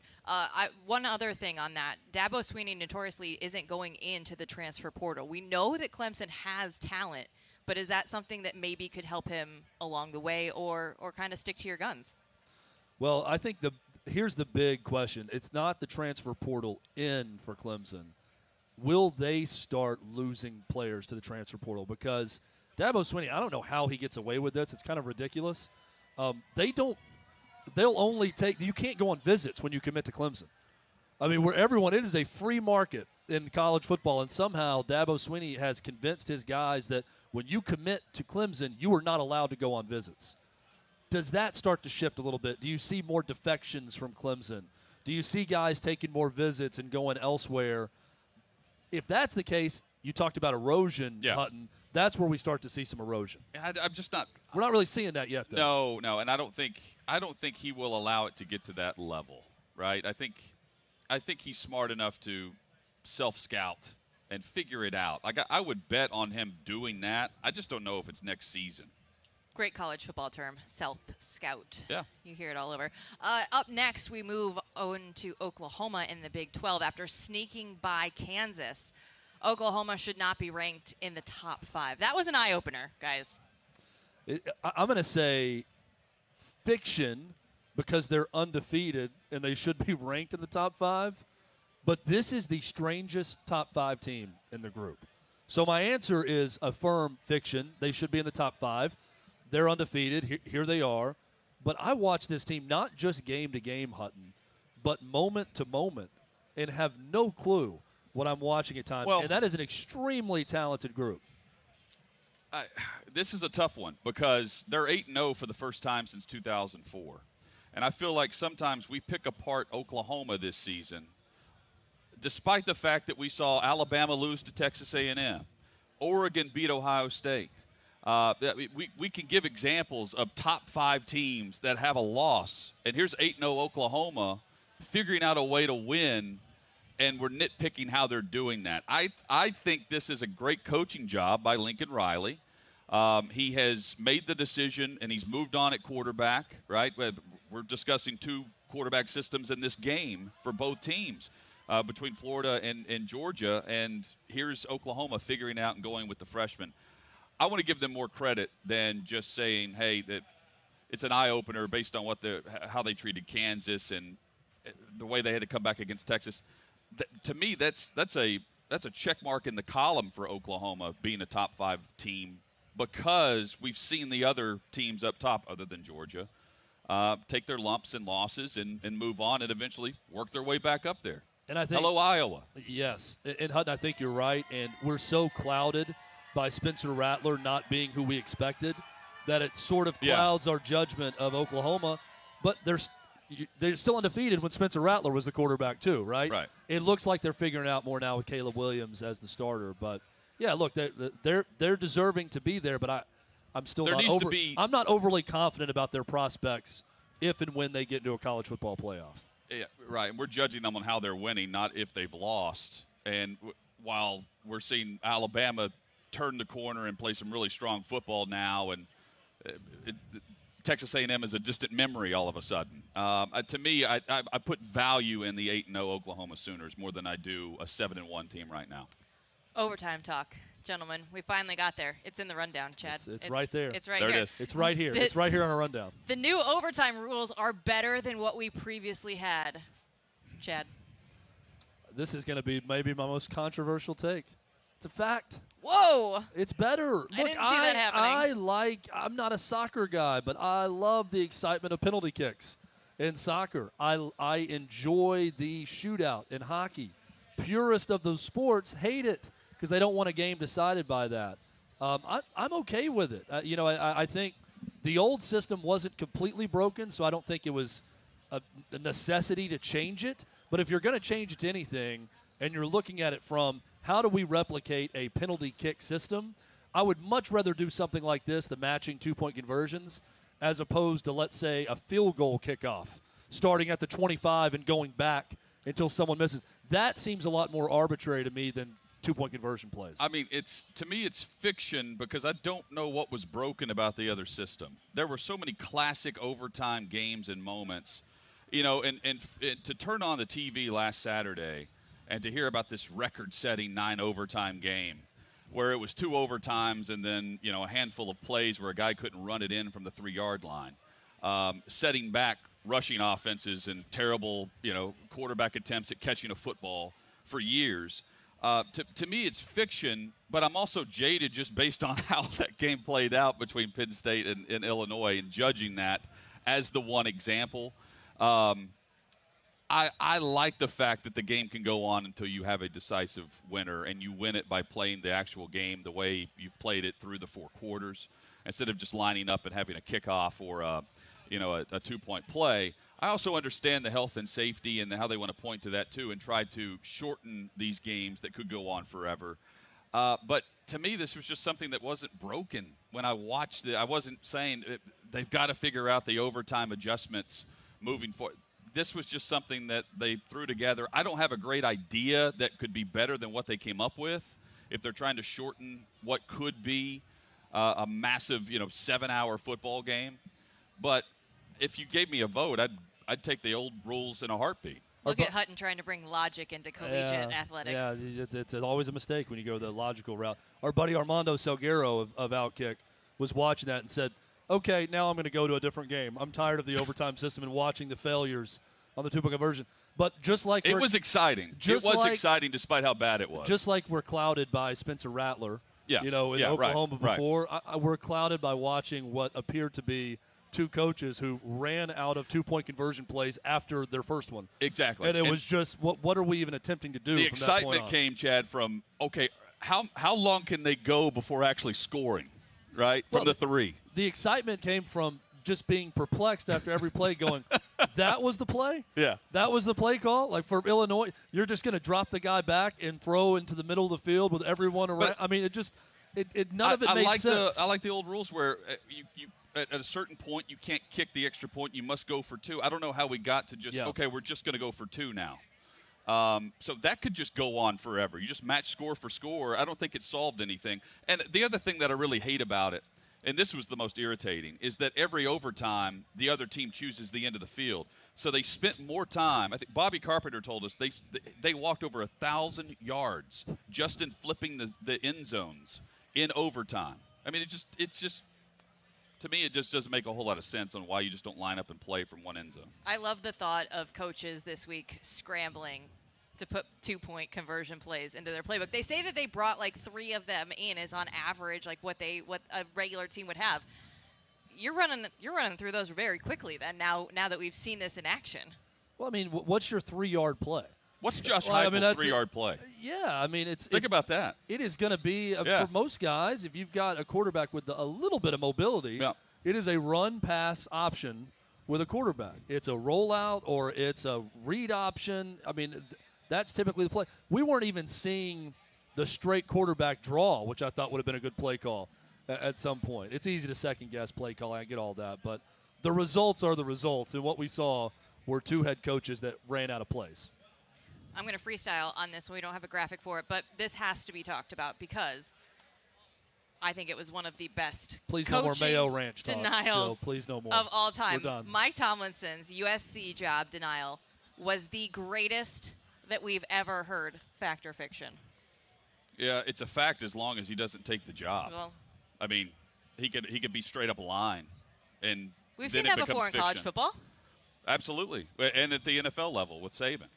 Never say never, but never. That's how you deny a job and move on to the job at hand. And it's why no one's falling for this line of, I'm focused on Ohio State from, James Franklin. That is how you deny a job. That's a fact.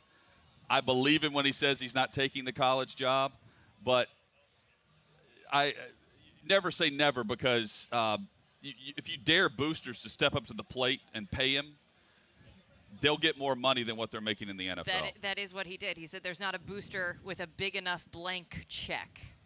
Yeah, there is. It's a fact. It's the best that I've ever seen. But Hutton, you're spot on because if he ends up going to USC, it becomes a soundbite, much like Nick Saban saying, "I will never be the head coach at Alabama," when he was the Miami Dolphins head coach, that we will play forever. Now, I believe Mike Tomlin. I don't think there's any chance he's taking the USC job, but he just dared Snoop Dogg and Will Ferrell to step up to the plate and offer some Hollywood music money to sweeten the pot for Mike Tomlin because someone is listening to that and saying, well, I actually think I could do some things that would convince Mike Tomlin to take this job. And challenge accepted. I will pay to get Mike Tomlin here. Jimmy Iovine and Dr. Dre donated $70 million before to USC just to start like a music producing segment or part of their school. And I'm like, if they'll put up $70 million for that, you're the football program. Yeah, the gauntlet's been thrown down. The gauntlet has now been thrown down by Mike Tomlin. And if any booster out there is willing to accept, maybe he or she can up the pot to get him there. But again, I don't think he's taking the job. I think how angry he was about it and throwing in the part about Sean Payton and Andy Reid not having to answer questions about that, he's not leaving Pittsburgh. James Franklin this week came out and said, I'm fiercely loyal to Penn State, to these players, to the staff, but there's a lot of moving parts. Yeah. James Franklin he's handling as best he can for a guy who's out the door. He's not lying. He's gone. And he every time he's asked about Penn State, it's a lot of, you can't question my commitment to Penn State these past 8 years. It's him selling the job and the work he's done but not talking about the future of him being the head coach there and raising a lot of questions in doing so about the commitment from people above him at Penn State. This is no knock at him. We saw the same thing when he left Vandy. There were higher-ups at Vandy that were convinced he was going to stay. And Chad and I hosted the show at the time thinking, no, this guy is headed to Penn State. He's not getting the support that he wants at Vandy. He's gone. And the way he handled the press conferences and all the distractions so well, he convinces you that he's all in, and he's very professional about it. I do want to give James Franklin credit for that, but, I mean, that's how you answer a question that you don't want to become a soundbite. Tomlin did the opposite. Yeah, I think that he is handling it the best that anyone could handle it, while not lying about his status, also not saying too much that would affect his team or his standing with this season. That's a wrap on this week's Farm Folio Fact or Fiction. To learn more about farmland ownership, contact Farm Folio at farmfolio.net/clay or call 833-FARM-LOT.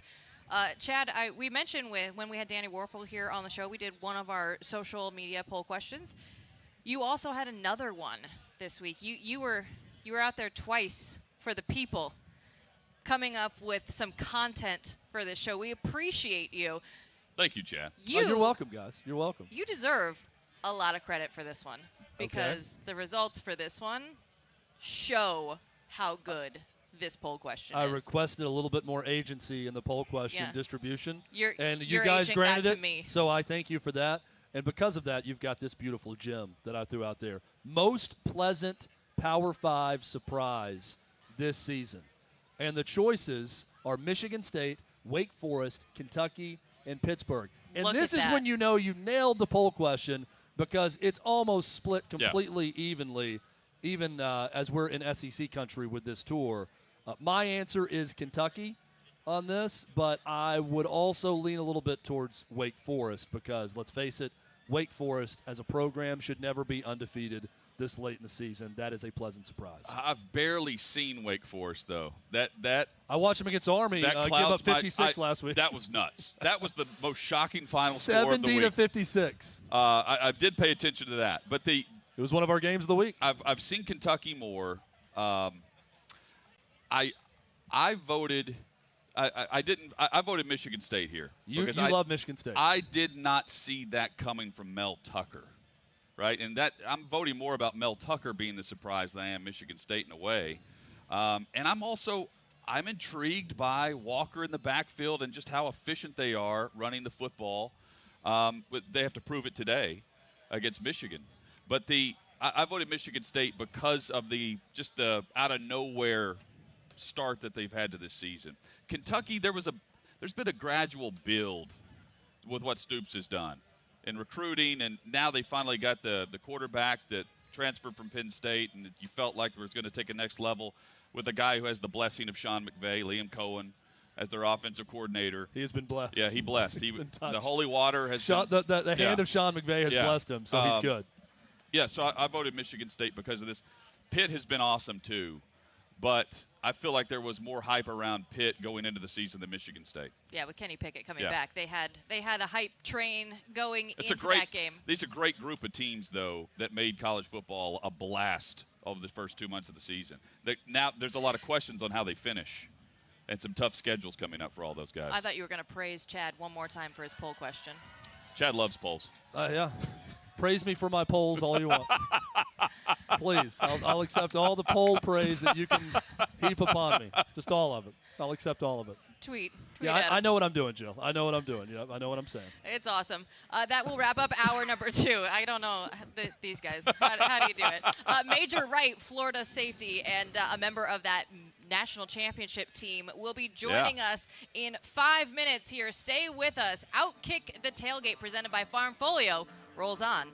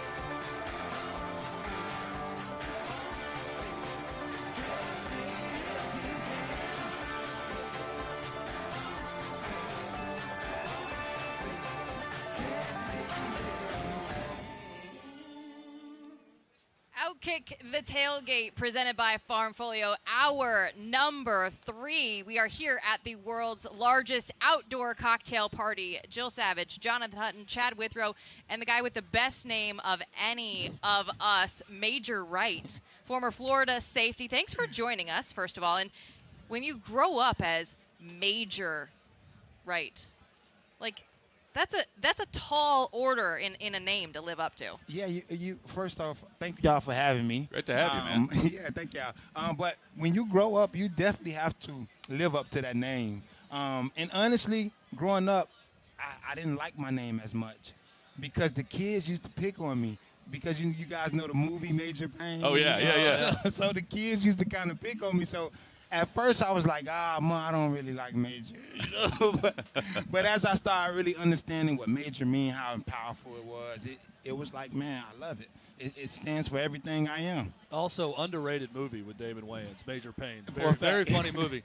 And I want to ask about this, Major Pain. Yeah. Your book that's out. Was the being picked on as a kid, as Major Pain, the inspiration behind this? Tell us about this. I look forward to reading it. Yeah, so my book, Major Pain, Confessions of a Smash Mouth Safety, is about obstacles I face on and off the field. You know, I give guys the story on how football came about in my life, how it got introduced, and how I almost ended my career, you know, as the first week of playing the game of football. You know, I tell that story in there as well. And then I I talk about my biggest obstacle, and that was the transition from football to figuring out what's next best, you know, and trying to get into business or whatever my ideal is, things that I have going on. But it was so hard to transition from football to now business, you know, and it's something that, you know, we really need to talk about as a whole, you know, as a whole, just human race, because football is my identity. But you nearly quit a weekend. Yeah. What did you like about it? You gotta read the book. Oh, okay. You gotta read the book. You gotta read. I didn't know if it's because you're known as one of the hardest hitting safeties of your era, both in college and pro, right? And that's also something, by the way, I'm gonna pick your brain on having to live up to, because you're always expected to make the big hit. But for someone who enjoys contact so much, I'm assuming it's not the full contact from the safety position that would keep you out of the game early on. Oh, man, like now, if I was able to play the game now, Yeah. I wouldn't, because I would spend more time suspended than playing the game. Oh, you know what? You would have been kicked out of the BCS national title game for that hit that you made on the first play. Not even kicked out. They probably would have locked me up and threw away the key. You know, they would have locked me up and threw away the key. Like, it was, I mean, you were headhunting. Yeah. I grew up learning how to play the game very violent. Yeah, well, that was the game. Yeah, and with that being said, like, with the things that I did in high school, like, it for sure wouldn't cut it now. I love it because, you know, obviously he mentioned the national championship game. You come loaded Look at this. with the rings. There are 3 different rings on those fingers. He sat down and I was like, oh, hello. Sorry, I can't see your face. The bling is blinding. Yeah, so when I do come out here, you know, and I have a book signing as well, so I give the people a great experience, you know. Let them put my rings on, let them see how I feel to, you know, hold these rings, something I worked very hard for. It's something special to me. So now me being able to walk around and wear it is, listen, it feels so good. Identify the 3 rings for us. I know you Okay, so you have national one. championship. This is the SEC championship. Okay. This is one. And then you get 2 when you win a national championship. Okay. So one of them is the BCS Bowl, the national championship. And then this one is the gold one. This is the one I really love. This is the one I fell in love with. I gave this one to my mama, and she didn't want to give it back. I'm like, Mom, hey, I want to, you know, let the fans take pictures with it. She's like, nah, you might lose it. I'm like, well, come on. Give me my ring, man. I want to go back to the beginning with you in high school. St. Thomas Aquinas, a legendary program. And you talked about, you know, you were taught the game and to play it violently, the way you played, the way you hit. What was it like being a part of that great program that everyone across the country is familiar with? Oh, my God. It was amazing because I didn't start, you know, at St. Thomas Aquinas. I started out, first I was living in Tallahassee, then I moved back down to Fort Lauderdale. And for me to get into that program at that time, I didn't quite understand how good St. Thomas was. And for me to get accepted into St. Thomas, I was just like, okay, it's just another school. But when I got there and it was like a college campus, and how they run that program is literally like college, And for me to be coming from where I came from, and it was like, oh my God, everything is like, wow, this what it is, And it was crazy. And I do got one quick story about my first time putting on pads. We had a kickoff drill, and for me, I wanted to prove myself. I had to show the coaches that I was better than what they had there. So, I'm like, I know what I can do, but the coaches didn't. So we got this drill going on, this kickoff drill, and they got a kick return team out there. They kick the ball off. I run down full speed. I run past the first person. I shake the second person and run through the third person and go make the tackle and blow them up. Coach was like, no, that's not how we practice. You're supposed to dial it down and take care of your teammates. I'm like, all right, coach. I line back up. They blow the whistle again.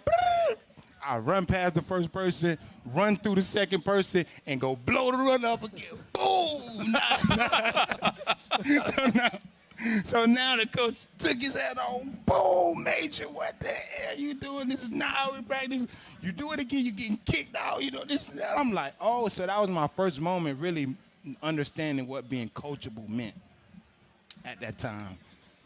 That's such a great story. We had Danny Wuerffel on the show earlier. We have him sign our helmet. It's pretty awesome. It's been an awesome weekend for you guys, and you were part of his foundation, Desire Street. You were being part of the golf tournament, I hear. Yes, and it was amazing. When I tell you guys what Danny is doing, it's breathtaking. Like he's changing people's lives. He's doing something to impact in different ways. And this weekend was just amazing. When I tell you, I've been to the last 3, but I think this weekend for me tops everything. The energy just was, it was electrifying. And me not being really a good golfer, I actually hit one of the farthest balls, 240 something yards. So I had a pretty good weekend up there, But Danny is doing an amazing job. And me and Danny met playing a flag football game. And ever since then, he was our quarterback. Ever since then, we stayed in contact. He check on me, I check on him. And it's been all love. So from Danny to Dan, Dan Mullen was a coach you were around in your time here as offensive coordinator. Yep. Now back as the head coach. Been a bit of a struggle in the last 10, 11 games. What do you think about this Florida team today against Georgia, the game we're going to see right behind us? I think if we show up and play Georgia like we play Alabama, we got a chance. But if we come out there like we play LSU, there's no chance in hell we would have. I think we gotta depend on each other and fight for each other. I think that locker room now, I think we should be able to come out and put up our best fight. Everybody talks about this Florida offense and the 2 quarterbacks, but as a Florida defender, what do you see on the field this year? I see that. I love that 2 quarterback transition because it's so hard as a defender to prepare for 2 quarterbacks. It makes the week so much longer. When you have a running quarterback that you have to prepare for, and you have a passing quarterback that you have to prepare for, it's 2 totally different ways that you got to prepare for them. Because you don't know, well, when you got this runner, you have to always have somebody spying him. So now you have to take a person from blitzing or doing his job, and now he has to eye a quarterback down, and now you're taking away from the defense. I actually love that two quarterback transition. Major Wright, our guest, you mentioned the first practice in high school, trying to set the tone. The story is that, so for those that don't know, you replaced Reggie Nelson at Florida. Yeah. Those are tough shoes to fill. Huge. Right? But that's why you chose to go to Florida. Yep. First practice, you and Chris Rainey. Chris Rainey's running downhill. What happens? As a freshman. God. As a freshman, and just a little backstory, I played Chris Rainey 3 years in state championship. Okay. And 3 years in a row, they beat us.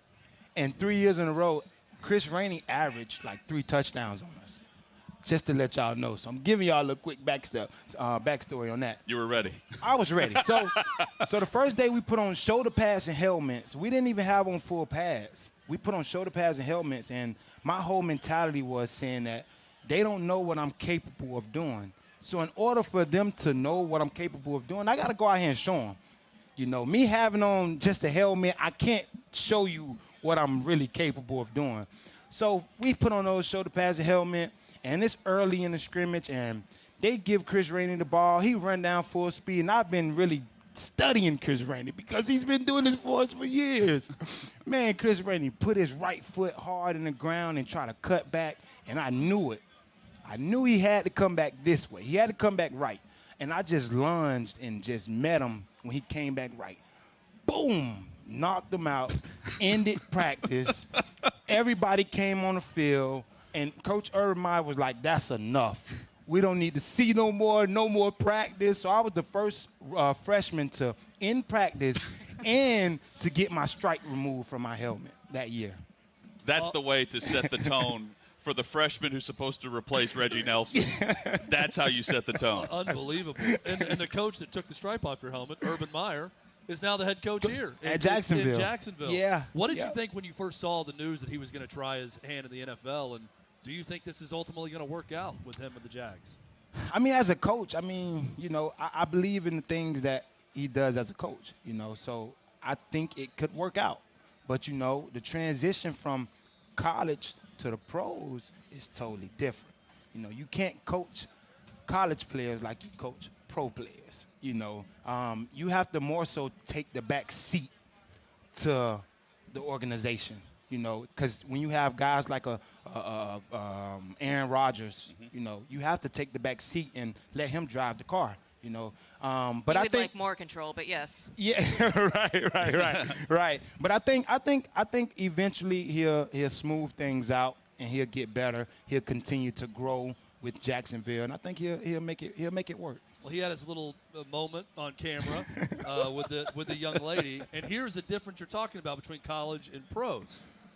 In college, probably nothing is said after that goes public. It's swept and under the the rug. Pros, they break down the huddle with 1, 2, 3 grind in front of their coach, right? And that happened. But that's the difference between college and pros, and there's a different level of, man, you made a joke, you know, out of yourself. We're going to joke around about it. You got to earn that respect back, right? That's a fact. That wouldn't have happened when he was at Florida if that video surfaced. Nah. Better yet, you better not even bring that up while you're at Florida. Yeah. You know how like that would definitely get swept up under the rug. But like I said earlier, like you can't coach the guys the same. You know, and now. Being that they know that, like that, I didn't know that they said they break the huddle because which is hilarious. All right, that is hilarious. I respect the Jags a lot more after doing that. Yeah, like hey, and you know, like we got a group chat too, right? So one of the guys put in the group chat, hey, so nobody gonna bring up this Urban Meyer situation. Your freshman year was Tebow's Heisman year. Is that right? 2007.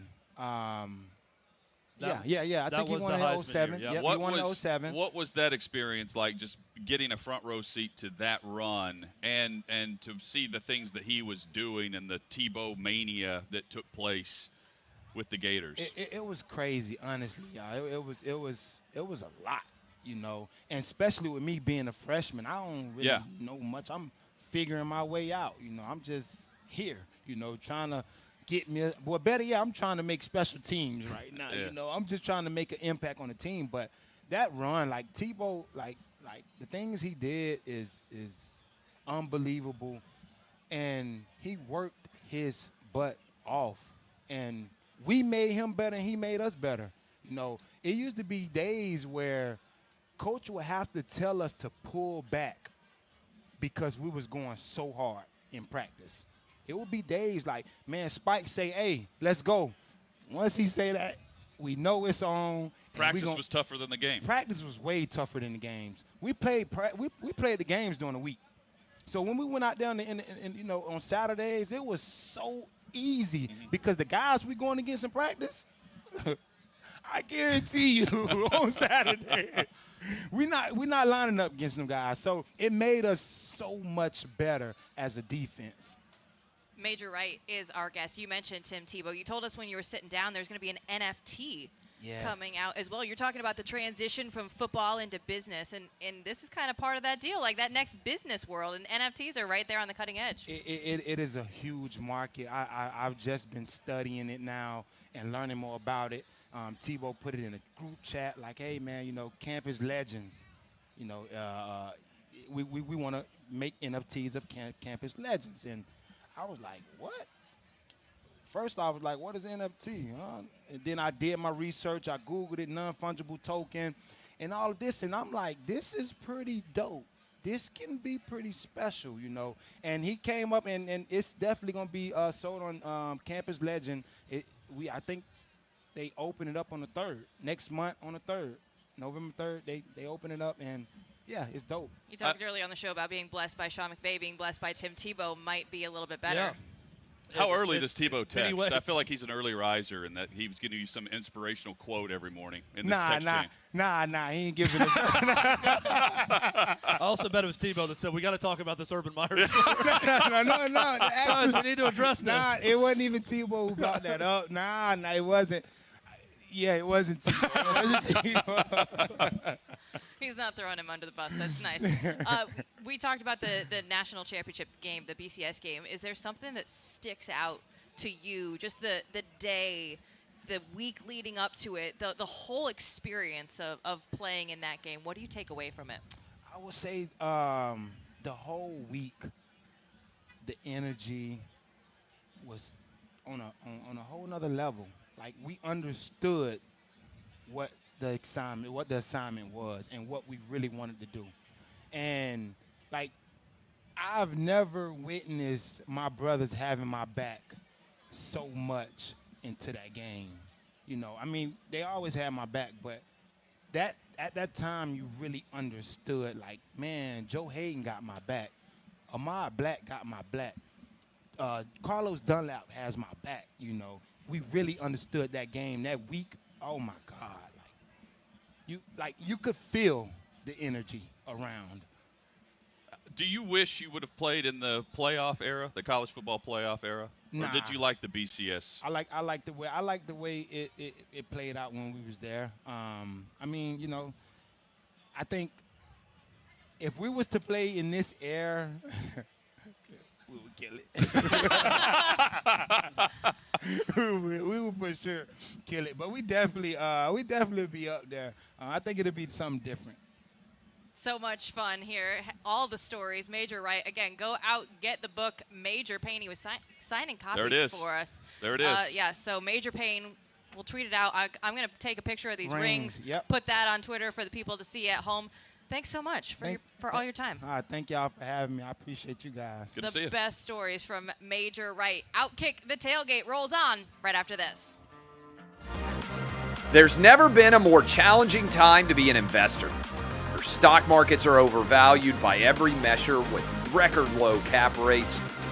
Cryptocurrency can go from boom to bust overnight, and inflation is making everything hard to predict.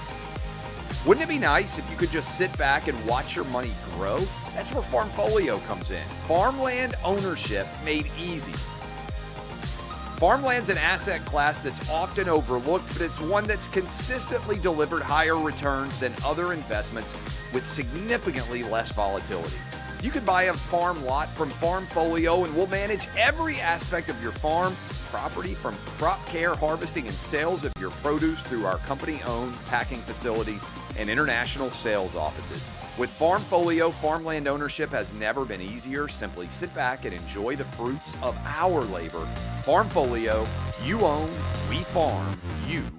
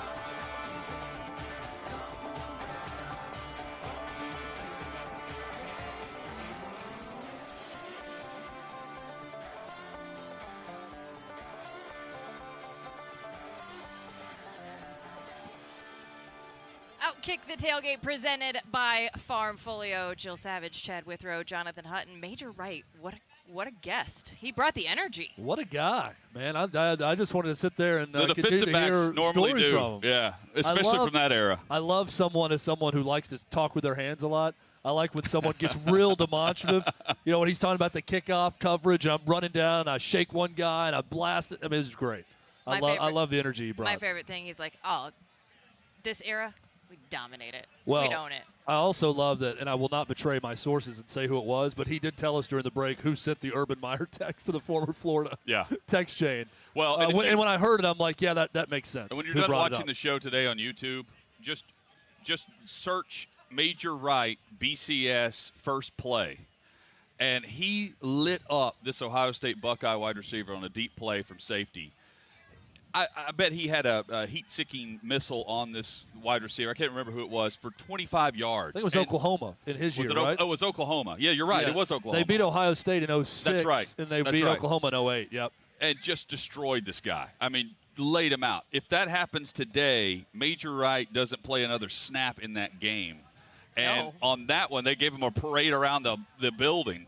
Around the whole stadium to go shake hands with fans before the next play was snapped. I mean, it's crazy then to now, from 2007 to now. We still have picks against the spread coming up, but we have a couple minutes, so let's get into some college credit. Hutton, do you want to go first? Yes. I thought my college credit this week, to me, the coolest scene was Ole Miss last Saturday retiring the jersey for Eli Manning. It's been quite the year for the Mannings, with Peyton going into the Pro Football Hall of Fame with his speech. The Manning cast has been excellent. Everyone live tweets that. And then Eli going into the Giants Hall of Fame and the Ring of Honor, and then having his number retired. And the scene in Oxford.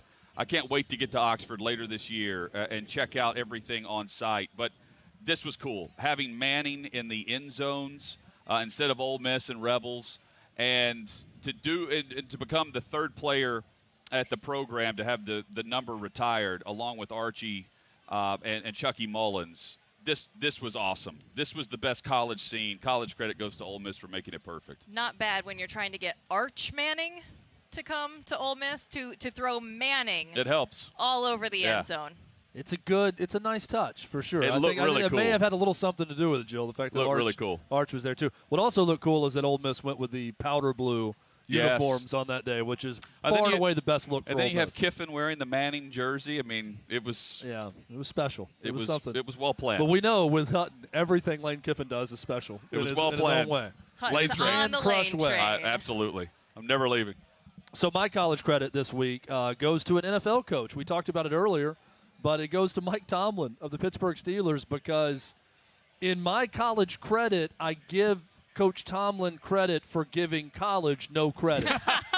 Because this is a man who just single-handedly doused gasoline on the college game and basically said, you think me, an NFL coach, would stoop to the college game? There is no booster with fat enough pockets that could pay me to go coach college football.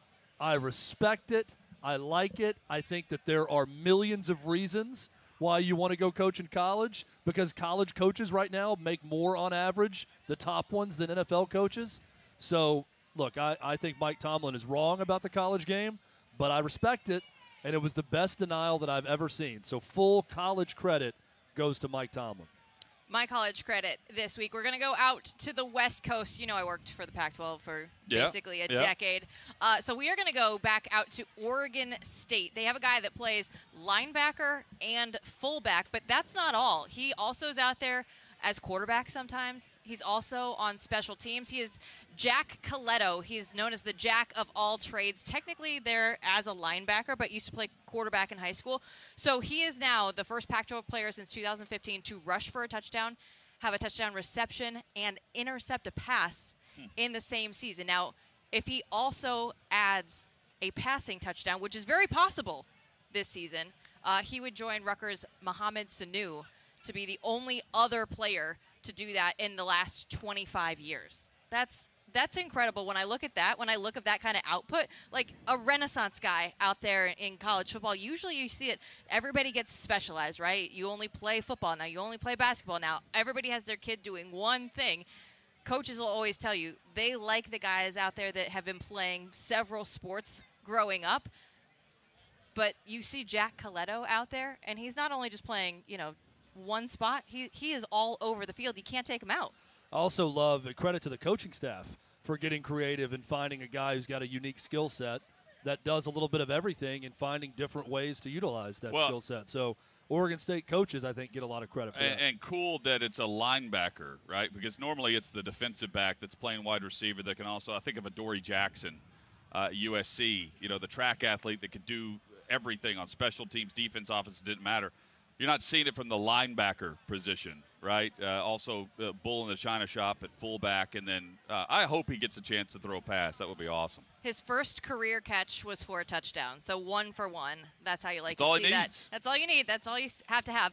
So he's number 12 for the Beavers. The Beavers are 5-2, and out there in the first place in the Pac-12 North. So it could shape up to be a very big civil war out there. That game will be coming up after Thanksgiving, as it always is. But guys, Florida, Georgia, that's the biggest rivalry. That's what we're here to talk about. The scene around us is we're filling in with tailgaters. They're all over the place right now, Chad.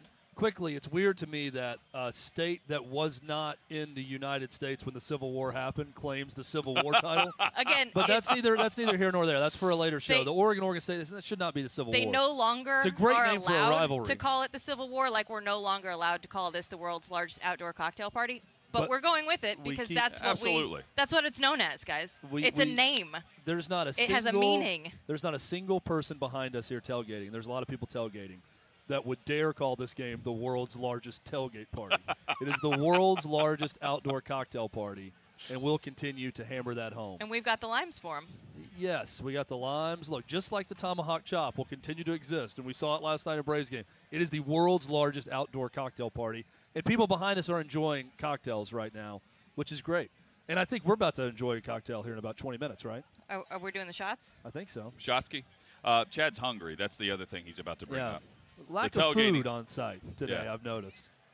Chad, thank God for the breakfast biscuit I had before I got here, or we'd really be in trouble. Chad's going to go make some friends. We'll be right back. He's probably going to eat some food in the break. But stick with us because we have our picks against the spread coming up right after this. Spied a nice brisket over there.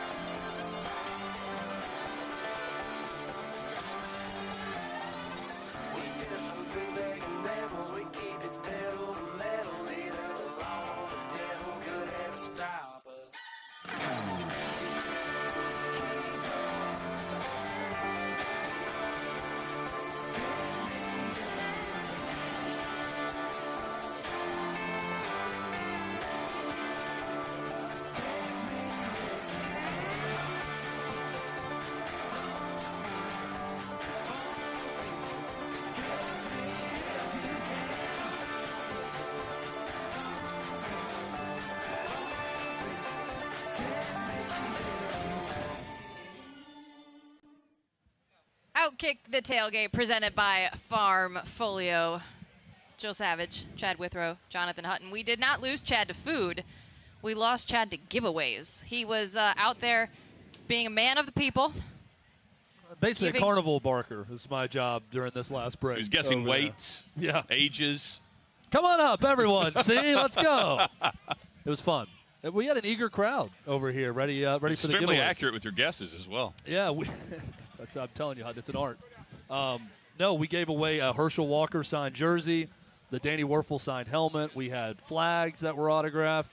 A lot of fun here at the cocktail party. A lot of fun to be had today in the picks against the spread, powered by FanDuel. Let's get into it. Louisville at NC State is up first. Guys, the Wolfpack are 3-1 against the spread at home this season, but they'll be playing in front of a home crowd for the first time in nearly a month. They've been on the road for a long time. NC State favored by 6.5. Believe it or not, Raleigh's tough place to go and win now. Who knew?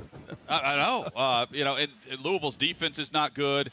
Jill, you said 6.5? Yep.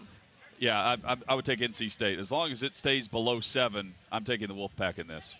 I think Louisville wins outright in this game. Oh. I'm not an NC State believer at all. I'm not much of a Louisville believer either, but if you want to bet some somewhat long odds, take Louisville on the money line today. Virginia at BYU, the return of Bronco Mendenhall, guys. Everybody, there's a ton of coaches that either coach for or played at BYU, so this is going to be a big one for them. BYU favored by 2.5. I am taking Virginia in this. Virginia with wins over Louisville, Miami, Georgia Tech, Duke, scoring 30 or more in 5 of their last 6 games. They had 48 points in each of their last 2 wins. I like Virginia tonight. Virginia's got a kind of a low-key Heisman outsider at quarterback with that production at Virginia. Not going to win, but as I said, a low-key Heisman I know. outsider. Yes, but you're right. No chance. I also like that, that they're okay with each other. The Bronco leaves, and he loves his old school. Yeah, that's They cool. schedule each other, so that's a nice story. Virginia wins. Bronco Mendenhall left for a reason. Yep. And Virginia's going to beat BYU. UNC at Notre Dame, the Fighting Irish favored by 3 in this one. Chad, every week there is a game that I have to pick that I would not actually bet. This is that game. I'm taking the Irish in this, -3. Look, I'm taking the home team. Not saying I love it. I stayed away from this at FanDuel on the app, but I'm taking the Irish at home. Man, I am with you. I would not touch this game at all, but I have to believe that Sam Howell in North Carolina figure it out for at least one Saturday this year, and they put it together. All that promise in the preseason, that high ranking, everything else. Sam Howell is a future pro at quarterback. I think the Tar Heels put it together today. Give me North Carolina. It's only their 3rd true road game of the season, which is hard to believe. We're going to my state of Texas. 14th ranked SMU at Houston by 0.5 point for Houston. This is going to be a fun game with plenty of offense. I'm taking SMU, and mainly because, Jill, their balance on offense, 50-50 split, tons of talent, incredibly efficient. I'm taking SMU in this one against Houston. I love what Coach Dykes has done with SMU. That is a name to watch now that Texas Tech is open as of this week.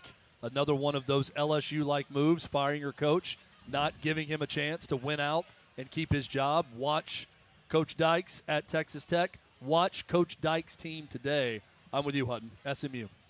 They're undefeated, but they've played the 128th most difficult schedule out of 130 teams. So we'll see if that sticks.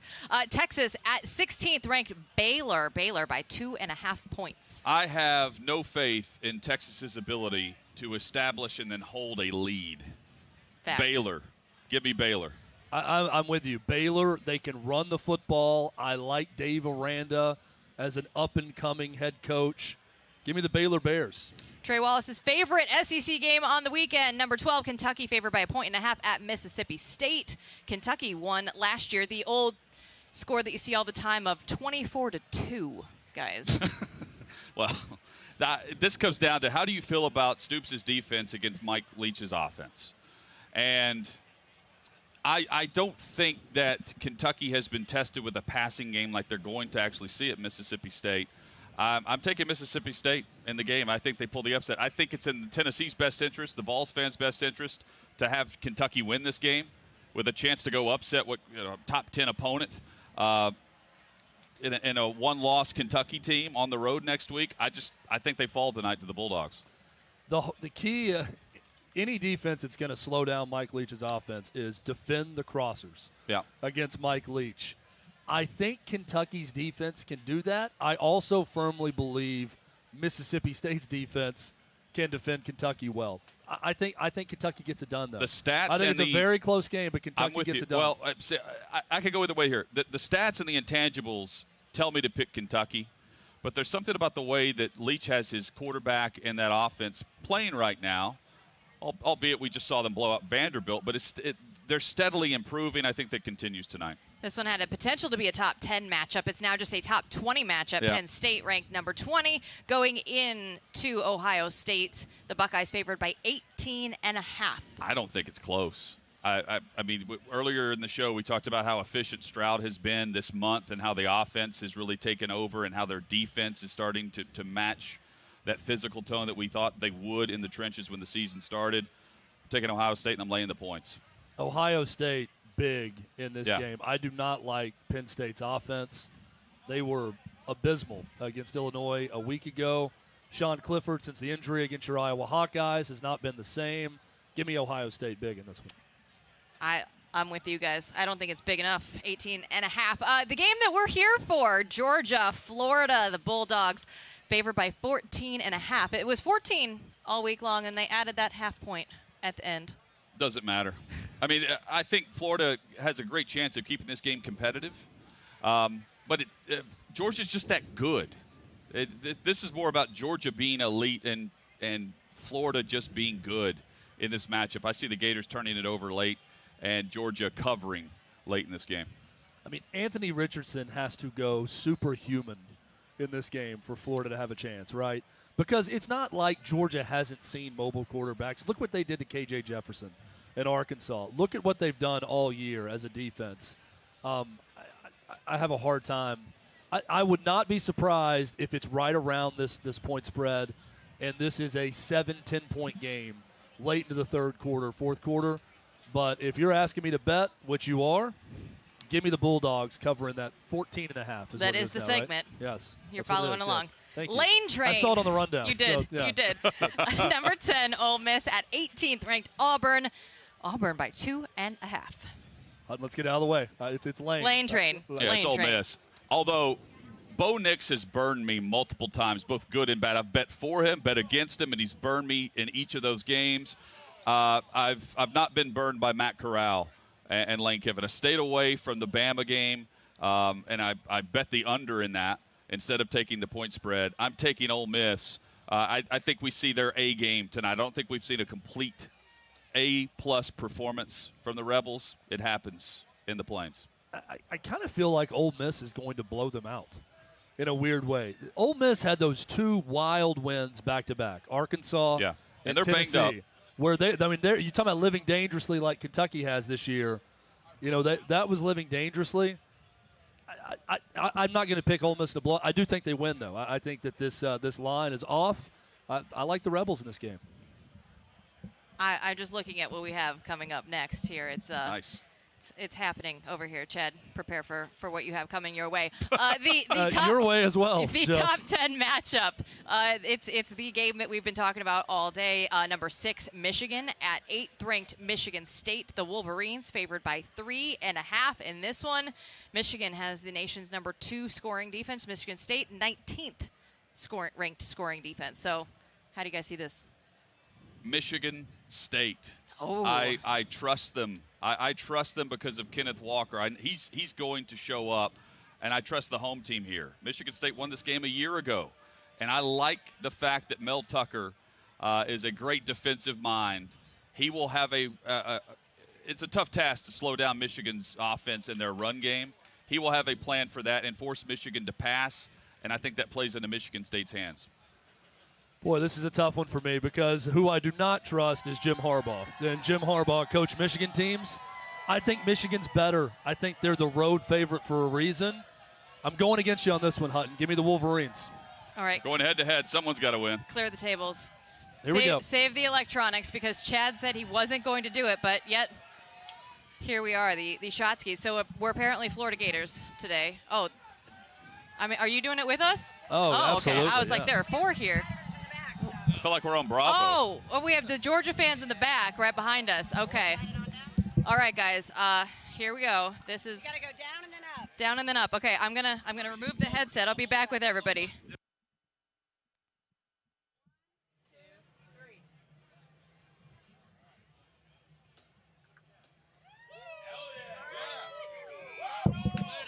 You know what?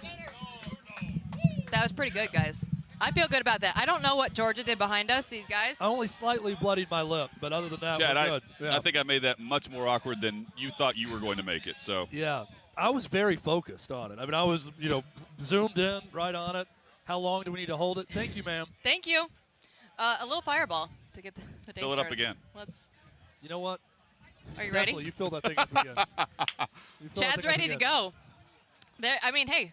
Who's not ready? It's the cocktail party. Jill, are you okay? It's the cocktail party. I am okay. There's been. Jill, look at me a second. Like I don't know if everything's all right with you. You're a little flushed.